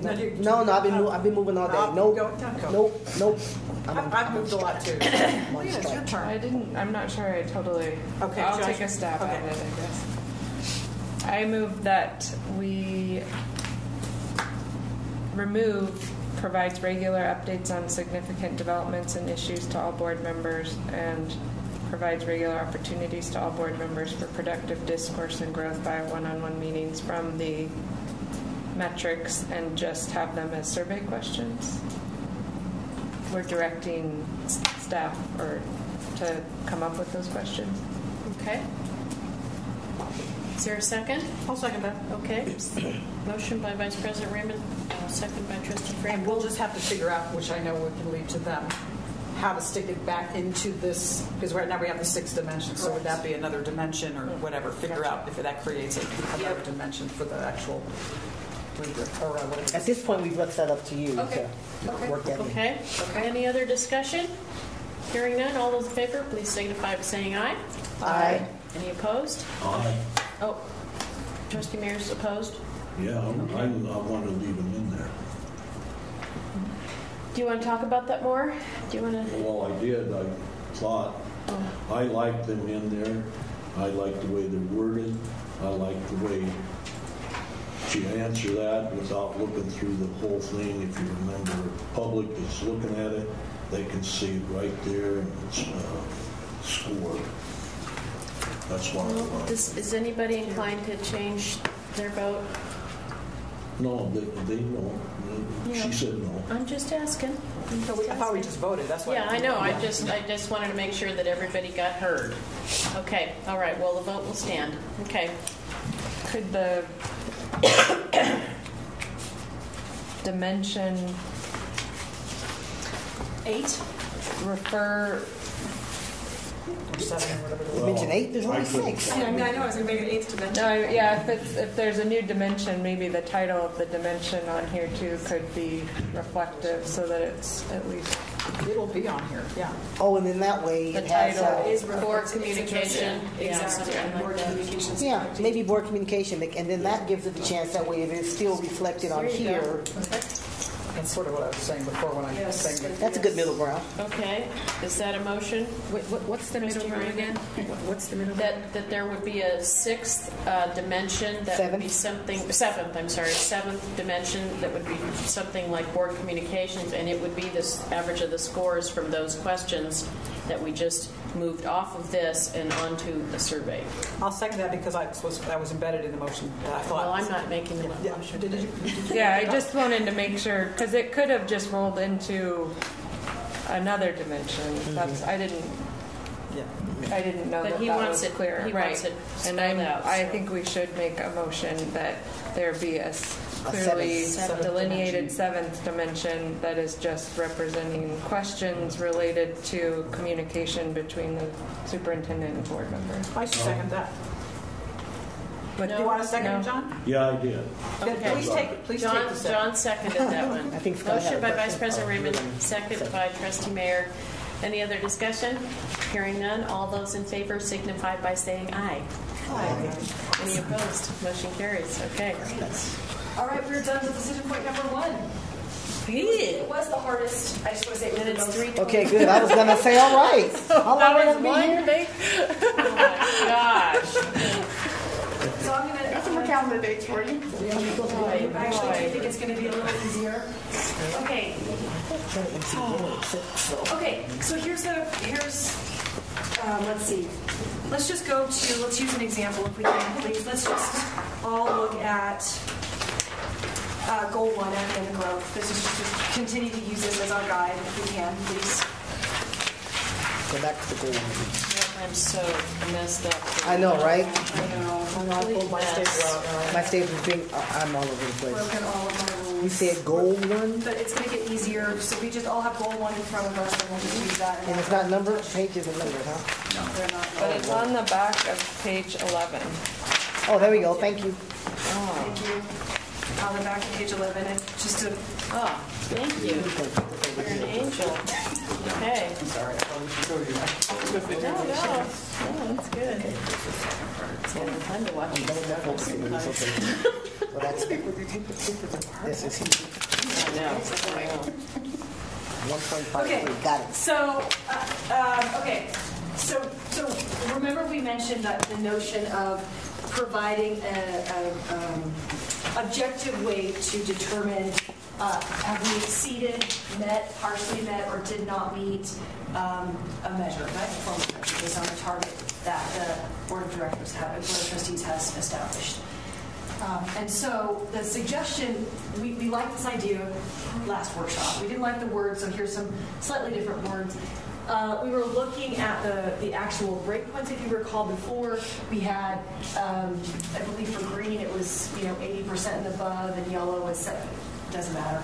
So anyways, we went back and worked with the leadership team, and I'm going to ask for Tracy and David's help because these metrics are owned by the leadership team and directed, of course, by Tracy and the superintendent, whoever that might be. So the suggestion that the group came back with was, the metrics are really different. And so in some cases, flat might be green because staying right where we are is really amazing. In some cases, we need to make significant gains. And the suggestion was, because they're so varied, can we allow the metric owners to propose their breakpoints, so to speak? So it would be metric by metric, and it would come back to the superintendent for approval, such that there would be some more direction and control for those folks who are responsible for delivering on the performance measures to know and propose what sort of red, green, yellow looks like. So that's the proposal that's on the table, as opposed to having a specific percentage of goal attainment that is the same for every goal. Would that all come back to the board to ratify? It would. Okay. So It's with more an example. so the content is it's more complicated. Yeah. And I was Yeah. very against that, quite frankly, and I said that last time. But I think it's really important that the folks who are responsible for really delivering the results on this are able to establish their suggestions on what performance looks like, with approval, of course. So that I felt like that was more important than the perfect simplicity of the... Of it being the same for every... Yeah.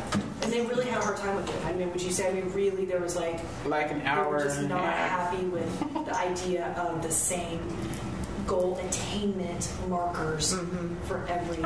I think that's a legitimate... I think if it comes, as long as it comes back to us, I think And we didn't want to be misleading to the public. I think part of it is when we sat down as a group and we hashed out, like when we were working the percentages, like our great Ben and Paul started running numbers, and we're like, it could be disingenuous to the public too, right? Like the graduation rate, did I get 90%? Well, when they ran the numbers, I could get 85 and get all green. Or like, but that's just So then we went to HR. So then we arrived at, I think that it can't be one catch-all because they're all different, and so each person who owns that in their department, what would it be? What would be acceptable? And then bring it back. I mean, we went through arrows turning left and right and colors. I was like, don't make this too complicated, right? But it's not a one-size-fits-all. I agree. Well, as long as they're not different than what we came up with already in the strategic plan in terms of the, I mean, I think there's already guideposts there for the strategic those don't plan. change how you arrive at the portion right. of The attainment. Yes. The question is, and this is probably more so for Erica when she gets sick. And that's okay. I know you have to do that sometimes. Explain the color plus arrow. Oh, right. Yes. Yeah, that's actually really important. Thank you for that. So the suggestion from the leadership team also was that not only do we have a color, but also is it going up or is it flat or is it decreasing? Because it could be what's the trend? What's the trend? What's happening? So there's some context in the movement. That's good. Okay. Yeah, that's great. Yeah. Very informative. Okay. That seems like a lot of work for you. Oh, it is. Let me just tell you, it's going to be a lot of work. Well, it's going to be really good information, though, man. Yeah. Well, I think it's going to be really good information. I think it's a good idea, and I like that it's going to come back to us because I do think that we as a board, regardless of, again, this is an evaluation rubric we want to establish for perpetuity, or at least the next. Okay, perpetuity. That we, as a board, and I think this is true for any board, gets to identify what their priorities are. You know, and it may not always concur. I mean, I think that's why I think it's important that it come back to us. But the other thing that I'm concerned about is the timing of all of this. And I know we're looking at the targets, and there's a lot of NAs, and there's a lot. So I think for this next evaluation cycle, that's my big question: is what's the basis for this next year's evaluation? And we're halfway through the year, more than that. And so I think that's my main concern in all of this. So we're going to get there, right? Is the baselines that we're using for this year, and are we kind of going to have a different target for 17-18 and then establish also at the same time targets for 18-19? And maybe we need to do both of those things. Because we have two sets of things to look at here. We've got the evaluation for this year, and what are we going to use as the targets by which we're going to evaluate performance, and then going forward, what is the targets we're going to use for evaluating performance? Does that make sense? Mm-hmm. Yeah, we have 30 minutes left today. So I just want to make sure we, get done the highest priority things for this time period. So the next little bit is really important that we get done, and we need to talk about that process. But hold that thought. But do we need a motion on that with the colors and the arrows? We need a motion on the colors and the arrows first. I'll make a motion. I move that we adopt the process that includes colors and arrows when it comes down to the measurement of goal attainment. And that the staff makes their recommendations and comes back to the board for approval. It makes their recommendations about, that was where my question fit in. Are we making recommendations about baselines and targets for this year and next year? That has nothing to do with my motion. Okay. Actually, that's actually really important clarification. It is, but this is not about baselines. This is just about how they measure the attainment. Oh, just how to measure the attainment, not what the attainment should be. Nope. Right. Okay, got it. Yes, that's right. But I thought we were getting their recommendations on what green would be, what yellow would be, what. No, not yet. Okay. Well, yes. Yes. Yeah. Because with ranges, yeah. In terms of from the ranges, yeah. From that standpoint, yeah. But not that has nothing to do with some of these that don't have. So let's use an example. On 1.1.1, on Goal 1, which is increasing graduation rates, so attainment, green, would be 85% for 17-18. Mm-hmm. Exceeding, dark green, would be 97%, or whatever it is. Right. And then below 85% would be did not attain, or did not meet. Did not meet. And that's what we're going to let the staff come back and recommend what those Given those the targets ranges that are are set here, they will be pivoting off of those. Okay, so in some cases we have. So we are setting targets. Okay. In some cases, targets have been. The targets have been set. It has nothing to do with changing the targets. Where we have that's my concern is we don't have right, and that we have to get to. They will come back with those. Okay. Yes, that we do have to get to, but it isn't changing the targets that we've already set. That's quite right. If you go to 1.1.3, like the science one, we don't have a target on that one because we don't have it. This is our first year. So how are we going to evaluate that? I think that's the question that we have to think about. We do. Yeah. This motion was not about that. Yeah, okay. But yes, we do. Do we have targets for all the data that we have? In other words, have we set targets in every place where we have data? No. No. Why wouldn't we? Yeah. I'm deferring to the. I think the ones that don't have data are the ones that have changed, and so where they're listed, we have the data. Where they're not listed, we don't have the data. Okay, that's So then the answer to your question is yes. Sorry, Okay. I got a roundabout. Yeah. Okay, yeah. Because they all say 17, 18, so we don't have any data on any of these measures from previous years. All the ones that say 17, 18, we're saying that we don't have data for the. On which ones? Like 2.2.3, for example, increase the percentage of staff implementing practices gained from learning opportunities to the PGS. We don't have any data prior to this year. PGS is relatively new.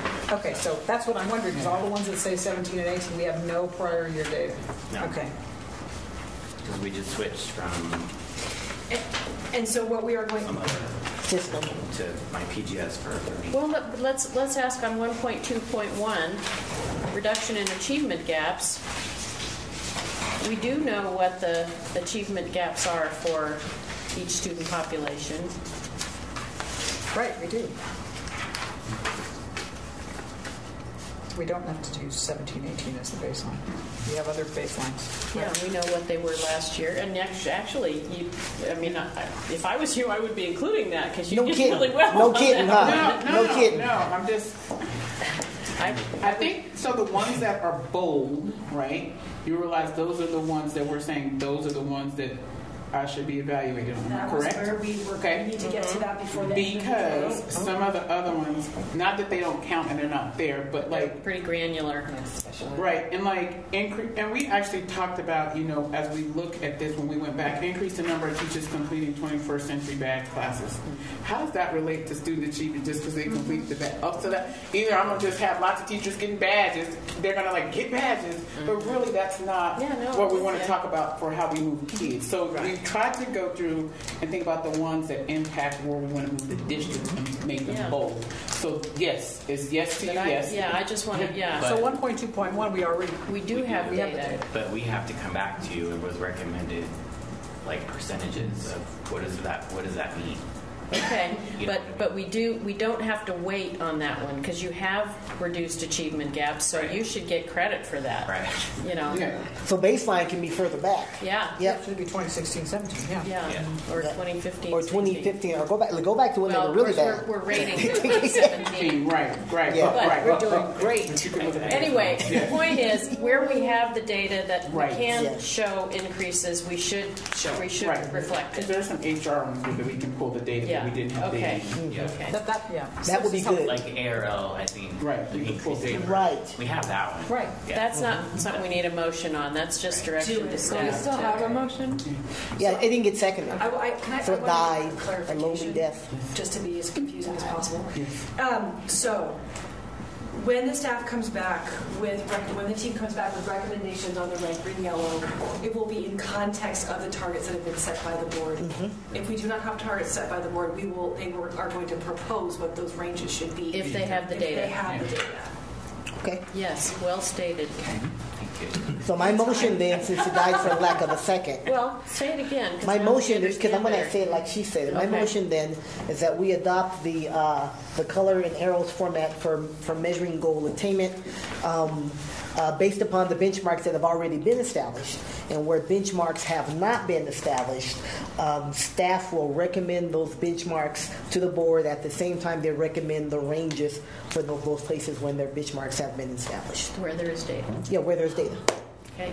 Does everybody get that? Is there a second? JJ? Did you get it, GJ? I can, yeah. Is there a second? Okay, second by Vice President Raymond. Is there further discussion? Everybody clear on that one? Okay. All those in favor, please signify by saying aye. Aye. Any opposed? Motion carries. Great. Okay. Okay. Thank you, Angie.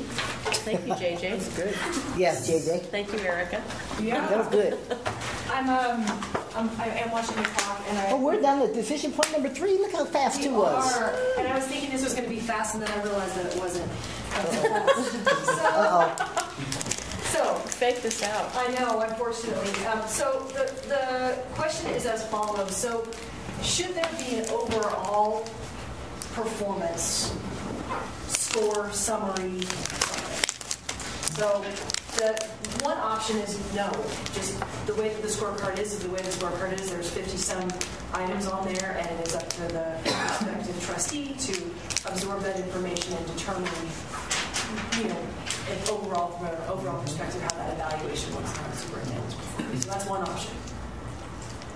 The second option is for us to mathematically provide a summary of the goal based on the attainment of the items within the goal, right? So we could do a summary of attainment by goal, which would then you have 6, potentially. The problem with that is, there's more metrics in some than others, and that would require a weighted attainment, which this goes back to individual weightings, which just... that algorithm. I don't. Right? And then adding on to that would be actually weighting the goals on top of that to do an overall summary score. So that's like almost like a double weighting, which gets really complicated. So I'm just where we landed and where our recommendation is, and that's what you see in front of you, the bolded items, that a subset of the metrics would be the ones that are used in the superintendent evaluation. And, there's some items that are on there that are very different than others. Very, we're just going to keep picking on YouTube views versus graduation rates. I mean, we're not even in the same universe of things. Yeah. Right. So it's not fair, really. And so this was the suggestion that we don't need to have all of the performance measures from the strategic plan to be the ones that are the evaluative ones for the superintendent evaluation. So. And that's the ones that you are suggesting are bolded? That's the ones that leadership have suggested are the most important ones in the context of district performance and then in evaluating the superintendent. So yes, and I think the concern I have is looking that we have 20 minutes. I have a feeling we're going to want to go one by one through these, and I don't know if we have time for that. So let's start. We might be able to. You think maybe we can? Mm-hmm. And David and Tracy, I'm going to ask for your help because there's a reason why you molded some of these and not others. So if it's the pleasure of the board, we'll see if we can get through it. That works for me. If everybody else is okay. Can I just quickly ask, we would still be, as a district, collecting the other information? It just would not. Okay. You bet. Thank you. And that's actually a really important message to the larger. They're all important. These are the ones that are part of the evaluation process, so potentially. I have a question on 1.5.2. Go ahead, you ahead. I know that we have talked about the difficulty of measuring college and career readiness, and that we talked about that we would spend this year trying to figure out how we would measure that. But it is, I don't want it to fall off the radar as being a really critical, dashboard important metric for us. So I think part of the discussion we had is when the State Department comes down with the seals, right, we have a better measurement of, so there will be graduation seals if you're college ready, if you're career ready, or you could get both seals, right, based on the classes you took. And so that hasn't been finalized yet, and that won't happen for the next year. Do I have my years right? 20. So we don't have great data, but we will have great data. That is statewide data that we can compare eventually when they make the final decisions. Okay, so we'll just put an asterisk on that one. But we do have the reducing remediation. Yeah, I think it's going to be one of those where it's got a couple of things. So that seals would be one. Right. The number of CTE classes kids take might be one. So it would be several indicators. I think we should bold it, personally. I think that's one that should be. Well, but we don't have the data. The way to collect data yet. But I'm not talking about this. I'm looking at this as a rubric to that's you. why I said let's asterisk it so that we can bold it sometime in the future. Because I think this could almost be something annually that we look through and say, do we want to add anything to the bold category? Yeah. Because the same is true for 1.5 for me. Yes. Just so we're clear. 5.3 kind of. So can I just ask, are we going to do that as a suggested process step, that every year we would look into items? Yes. I think we should. Yeah. Okay. I think we should. And at least right now we have 1.5.3 that gives us something in the CTE category, so we aren't completely leaving it out. And then once we get that data, when it starts coming down from the state, we can. No, just saying what Fabio is also looking at 1.5.5 is another one that would hopefully be bolded in the future. So, but 1.5.5. It's on the next page. 8th grade rating for high school metric. Can I ask about 1.2.1? How do all of those things get, like the meeting standard rates for math and English language arts and grade 3 reading? How do we reflect the grade level proficiency? 1.2, which one? 1.2.1, it has those bullet points underneath it. We don't. I mean, the state defines it for us. Yeah. The state defines, and that will change.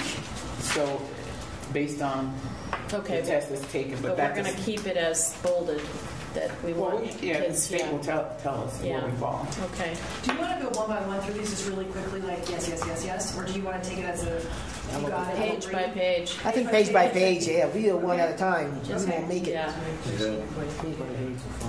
I want my question answered before time. You bet.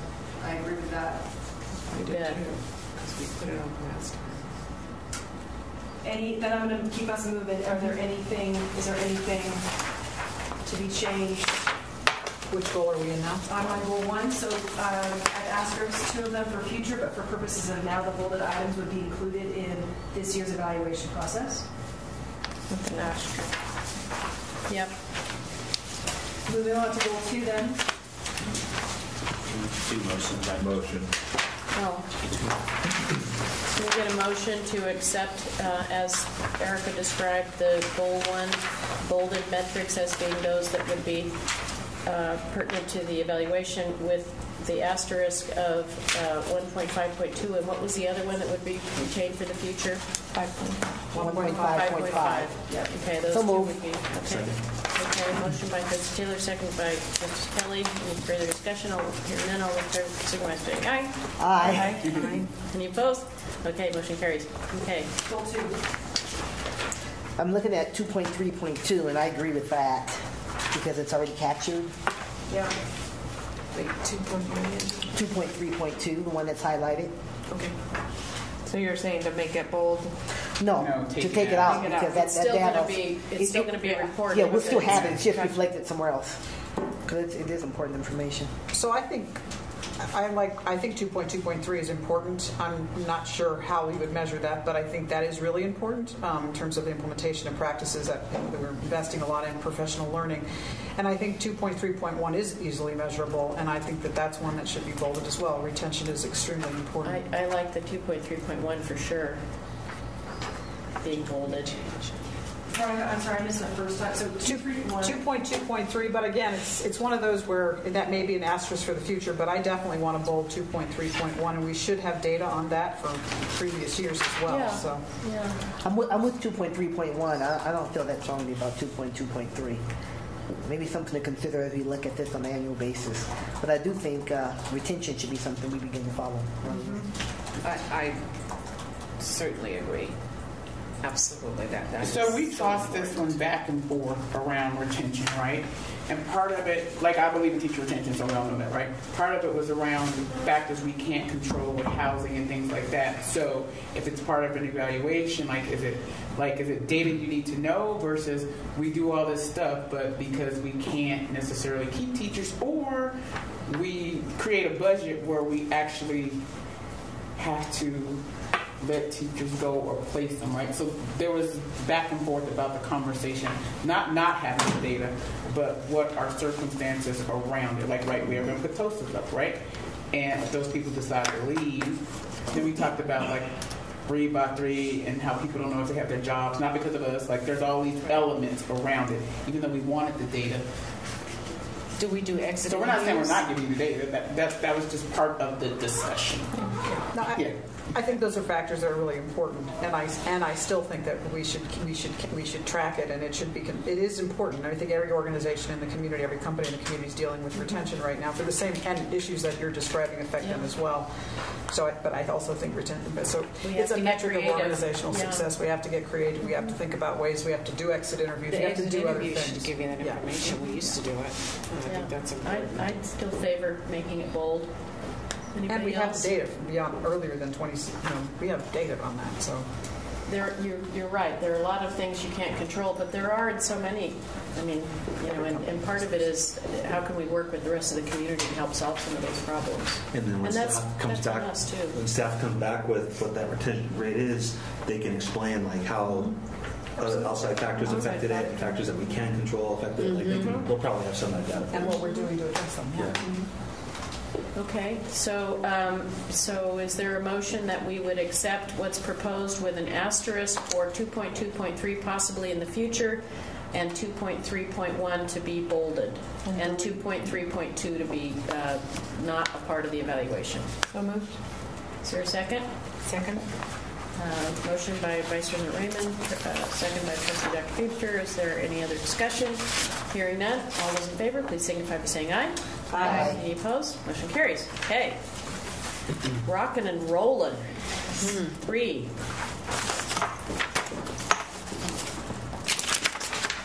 Two of them, and then suggestions on the bottom two.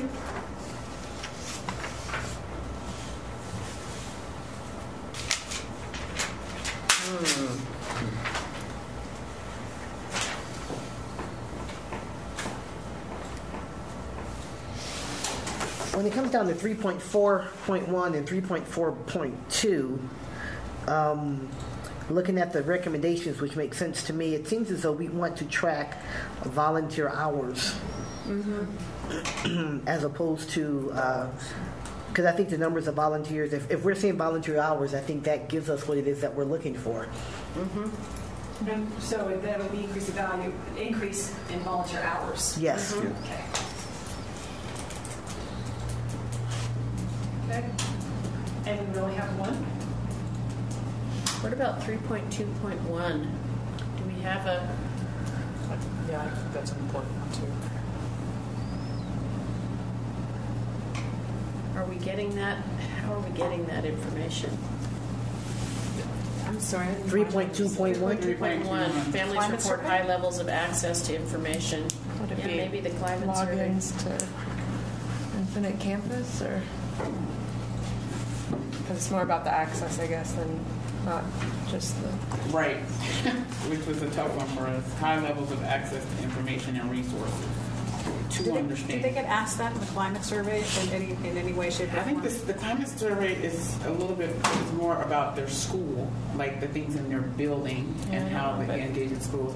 Parent University does stuff when they come to Parent University, but those are typically going to be positive because they're coming to Parent University, right? Like when they get to, so it was.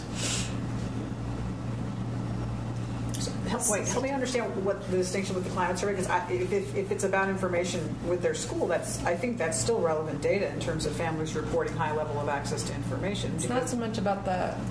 I'm trying to remember from when I took it. Yeah, I feel like it was more about like, do you feel, welcome on the campus? I don't think it was so much about do you know how to use Infinite Campus? Do you know how to? I think it's more site-based to the school versus the district. The other part is when you say high levels of access, I think I would probably change that wording because I'm not sure what that means.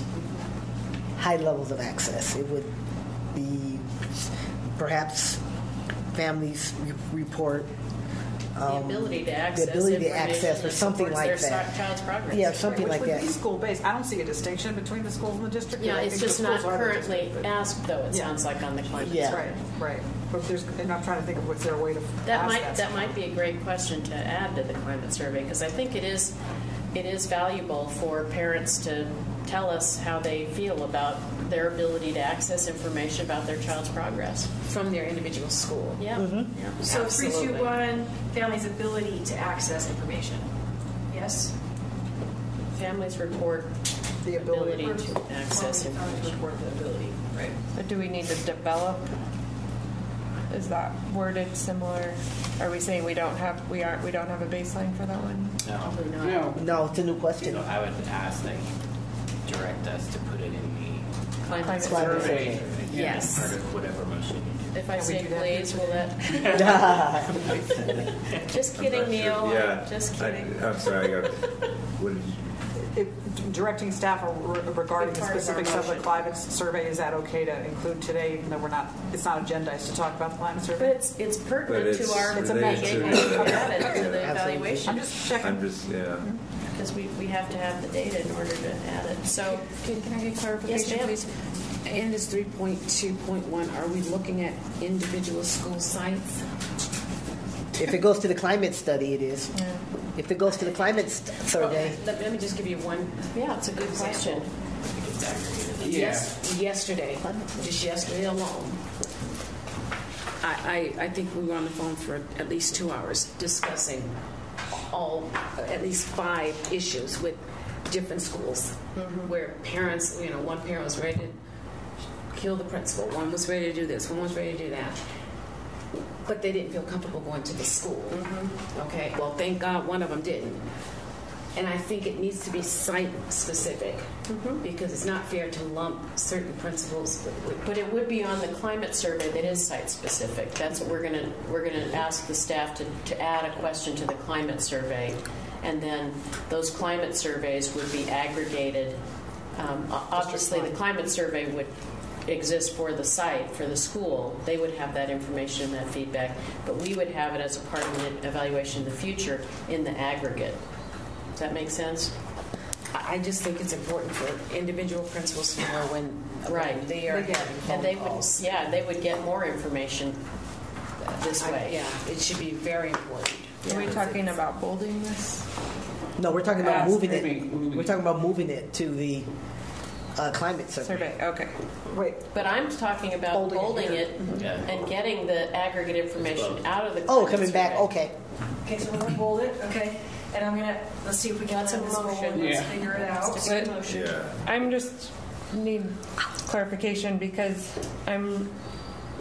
or more information, I guess, from those that want to bold it, how that is related to the superintendent's performance, because I have access to my daughter's teacher and Infinite Campus and all of that. It's all there.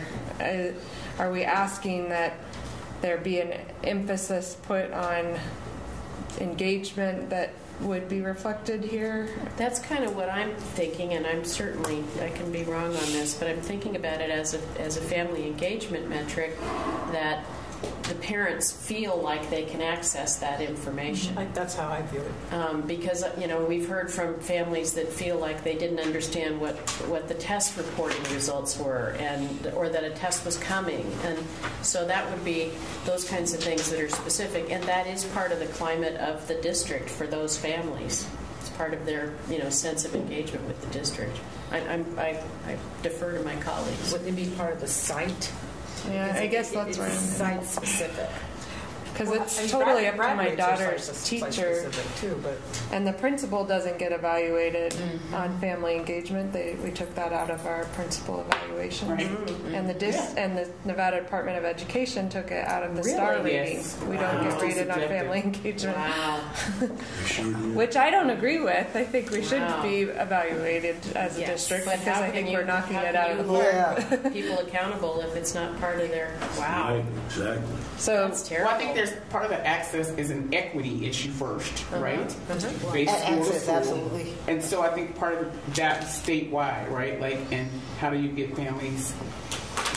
Like when Melita says she has all that stuff, we've sat with parents who don't have Infinite Campus on their phone, right? And they do not want Infinite Campus on their phone. Yeah. It's not that they don't have the access to it. So I think that's why the department moved away from it, because it was very controversial. Wow. Well, when rating someone.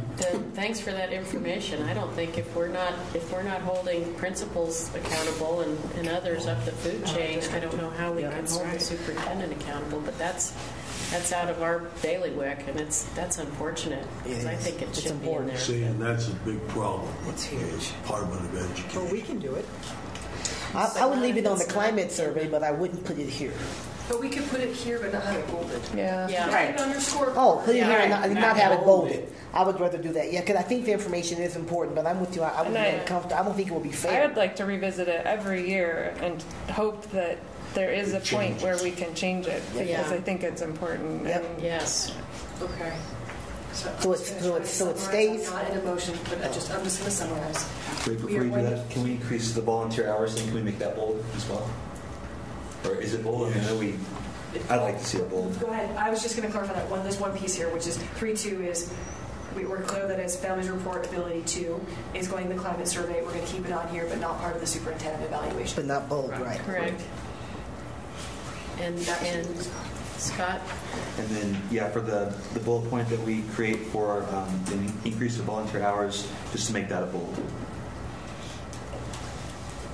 That's going to be a tough one when we're cutting our volunteer.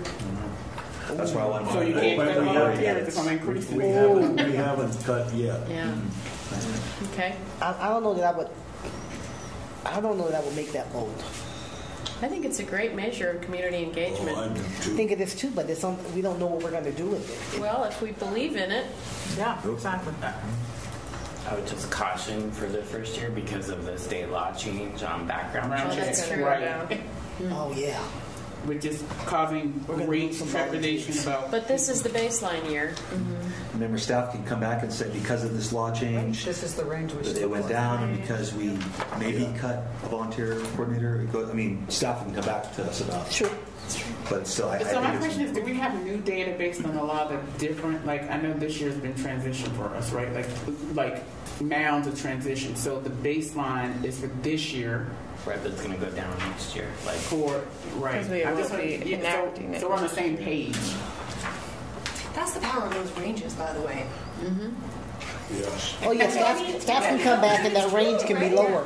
That's true. Right. That's true. That's And I'm okay with it based upon that. Though I am. Okay. Okay. Yep. I'm gonna go with Scott. So, can we do a motion that includes those two things? So And those two things are on 3.2.1. We'll be directing staff to include a new item on the climate survey to measure families' ability to access information resources to understand and support their child's progress, but it will not be bolded for the purpose of the superintendent's evaluation. 3.4.1 is now the increased volunteer hours by 3%, and we deleted the other one that was number of volunteers, and it is bolded. Okay? Anyone like to make that motion? So moved. Okay. Motion by Trustee Mayer, second by Trustee Kelly. Any further discussion? Hearing none. All those in favor, please signify by saying aye. Aye. Any opposed? Aye. Okay. Aye. Oh, okay. Veronica's opposed. Okay. Time check is exactly 4 o'clock. We haven't spoken about Mr. Mayor's point. Yes. And we have 2 more goals to go through, so I'd like to know I have 4. Is there 5? the 4 and a 5. I don't have 5. Well, let's deal with Mr. Mayor's issue. Can we please, before anybody leaves? Sean, do you want to open that discussion? Sure. I want to make sure that the results of the surveys of the individuals that are evaluating the superintendent are made public. The scores and everything are made public for transparency's sake. Okay, let's think about that in terms of a policy not related to people, but related to any future board members and any future superintendents. Any thoughts people have? I have no hesitation personally, And I also recognize that sometimes it will potentially diminish the important feedback that can occur. But I want to leave it for everybody else. What do you mean? Talk through that a little bit. That sometimes people won't say things that they need to say. I mean, I want to, if somebody has an issue with me, I want to hear about it.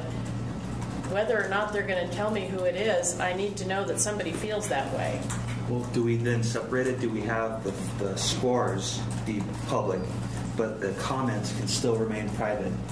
Or you don't know who's saying, should we separate them? Because I have no problem having my scores up there. But yeah, if there's some comments that I write, I might not want those. I might want to have the superintendent have those, but not. So I'm kind of, I like to separate. Yeah, not to have to make them public. Other comments? I just think that it's so important. Everybody has said, even people running for the position always say transparency, transparency, transparency. And then you put up a cloak to hide behind. As long as this is going to be state law that the CEOs of the state, cities, the school district, and everything is in public, I think they need to have the opportunity to know how each individual person on that board feels. And just to clarify, Neil, it's not required by law that be done. So I don't want to. I want to make sure that if this board acts on it, I think we should go into a closed potential litigation session because. So I'm going to ask you to do that so I can advise you. Okay. Right now. So what does that mean? That means just the board and the legal counsel. Oh, because I could be the one to drop the bomb on you. Okay, sorry. Oopsies. I think Dave can stay if he wants. David, you can stay until Well, it's up to the board. The board holds the privilege. So. Yeah. That's your mother-in-law. You know you'll be there. Yeah, but she'll be sleeping in her mashed potatoes. Yeah. I know you if it's after 7 o'clock. Huh? Okay. So we had a good discussion about that, and now the board needs to decide whether you want to decide on that today or not. I'll make a motion. Okay. I make a motion that score sheet of each individual trustee be made public in the evaluation process. And the survey. The survey. The survey. Yeah. The score sheet, I call it. Okay. And Trustee Feebster seconds that motion. Additional discussion? One question. When you say score sheet, are you talking about every single individual question, or just the lumps aggregate of the main? Yeah, just the one that has the 6 goals and the other 2. Okay. It's not on this one, but it's what was in your hands. Don't look at here. So with Focus area. Focus area 1, board relations. Yeah. So the question is if these items here plus the total. But those items are an average of everyone's.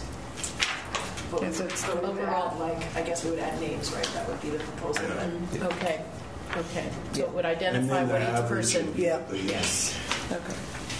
I wrote on each overall, on that one question, that's the overall on each one. I'm not ready to make the decision today, so I'm not, because I feel like I got some information and I want to think about what our options are. And that's my introverted nature. I just need to process before I make a decision like that. So, okay. Because there's other factors that I'm thinking about in this on all of this, and I can't quite figure out how to articulate them. But yeah. We have a motion and a second.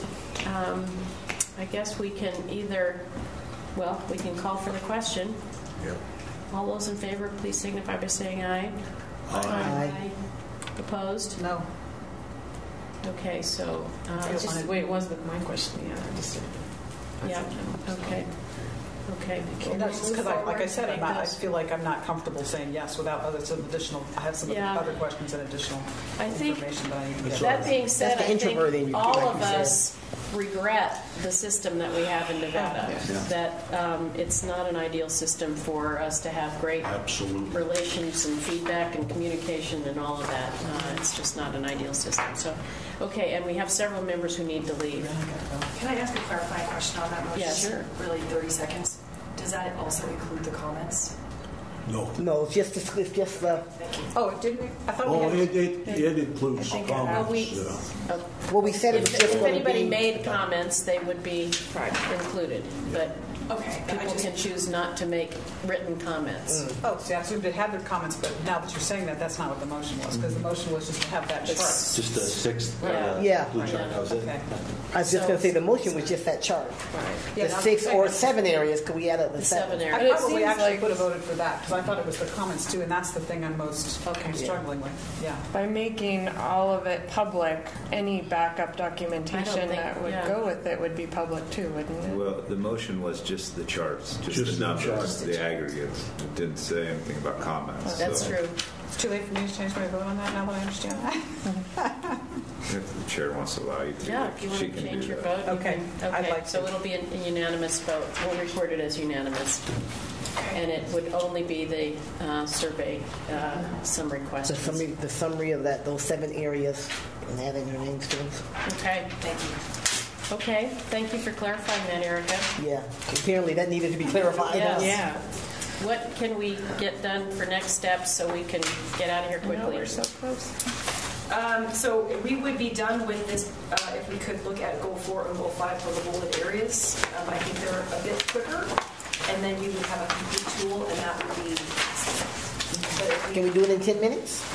I have to go, but I'll just say the only thing I have to comment on is goal 5, but I got to go. So. Well, then let's not do that. You should be able to, everyone should be here for that. Well, no, because I want you all to move forward. But the only thing I was going to say about goal 5, and you can take it into consideration, I'll just say it now before I go, which is the survey composite measures 5.1.3. I think we have those in the climate survey, so I think we should bold those and use those because those are important. So that's my comment. Okay. That's good. I'm going to go. Thank you. We do goal 4 first, just keep it in order.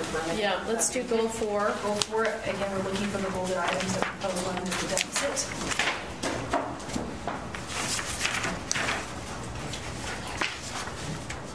I'm okay with bolding 4.1.2 because by law we have to have a balanced budget every year anyway. So, and we've made a point of talking to the public about this priority, and I think it's okay. Agreed. So we have a motion to accept the recommendation that 4.1.2 be the bolded one on goal 4. So moved. Motion by Trustee Taylor, second by Trustee Deemster. Any discussion? Hearing none, all those in favor. Yes. I just want to add an asterisk, if we could, to 4.1.4, just to look at in the future. Okay. Is that okay to add to the motion to look at the facilities? Trustee Taylor and Trustee Deemster? Yeah. Sorry about that. Yeah, no, I'm okay with that. Okay. Scott has a comment too. And are we saying that the only thing that's bold in goal 4 is 4.1.2? Because I would think that 4.1.3, which has safety in it, should be bold as well. We're still going to keep these. We're still going to be monitoring them. It just wouldn't be a superintendent evaluation metric. And I think I hope there are other safety metrics that we monitor. Goal 5, I think. Sure. Yeah. Is there something in front? Yeah, actually, there's safety training and emergency operations. Okay, that's good. Okay, all right. So we have a motion, a second. Hearing no further discussion. All those in favor signify by saying aye. Aye. Opposed? Motion carries. On goal 5. I really like the decreasing absenteeism. That's a good one. You bet. I like this. I like this promotion. This, you know what I mean.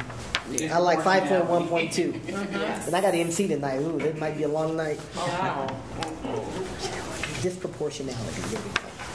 And Trustee Frankel made the suggestion of including 5.1.3 because we do have the data. So I have a quick question. Is that on the survey that they take now? So is it the engagement, how Yeah, those are questions on the school? On the climate surveys. Feeling safe, where children feel safe at school. I think those are really important. Yeah, I thought that was a good suggestion. So what is social? So just so we know what we're measuring, like when I got to look at the survey. I'm okay with it. I just like social and emotional health. Right? There's a lot of questions. Right. So are we using that survey that we give for social emotional learning to measure Not social emotional learning. From the climate. Emotional health. It's right. So in the is climate survey. Yeah, it's in the current climate survey. These are all come from the climate survey. So there's a group of questions. Right. I think it's like about that, like I feel listened to and I have someone to talk to. So the recommendation would be to bold 5.1.3 items and add those as part of the evaluation metrics. So is the goal to increase the number of surveys? Or we're just... Right, that's like engagement with schools. That the schools offer more engagement, or they actually increase the number of the families that report engagement with schools. That's the way I read it. Okay. Yeah. And That report all 4 of these. yeah, Got it. Okay, sorry. Okay, does that work for everybody? Okay, can I get a motion to that effect that we accept these and add 5.1.3? So Okay, motion by Trustee Kelly, second. Second by Trustee Dr. Feebster. Any discussion? Hearing none, all those in favor, signify by saying aye. Aye. Aye. Any opposed? Okay, great. Knocked it out of the park. Awesome. Thank you, Erica and team. Yeah, and we were going to talk about the process, but I think we have the board's direction, and if it's pleasure, the board will come back with the handbook and with the process would be articulated in it, and understanding that the staff survey and the community survey would not necessarily be adjacent to the superintendent evaluation process. Right. Okay. And that's great. Then that's what we need to do. All right, thank you, staff. Do we have any public comment? Hearing none, we will be adjourned.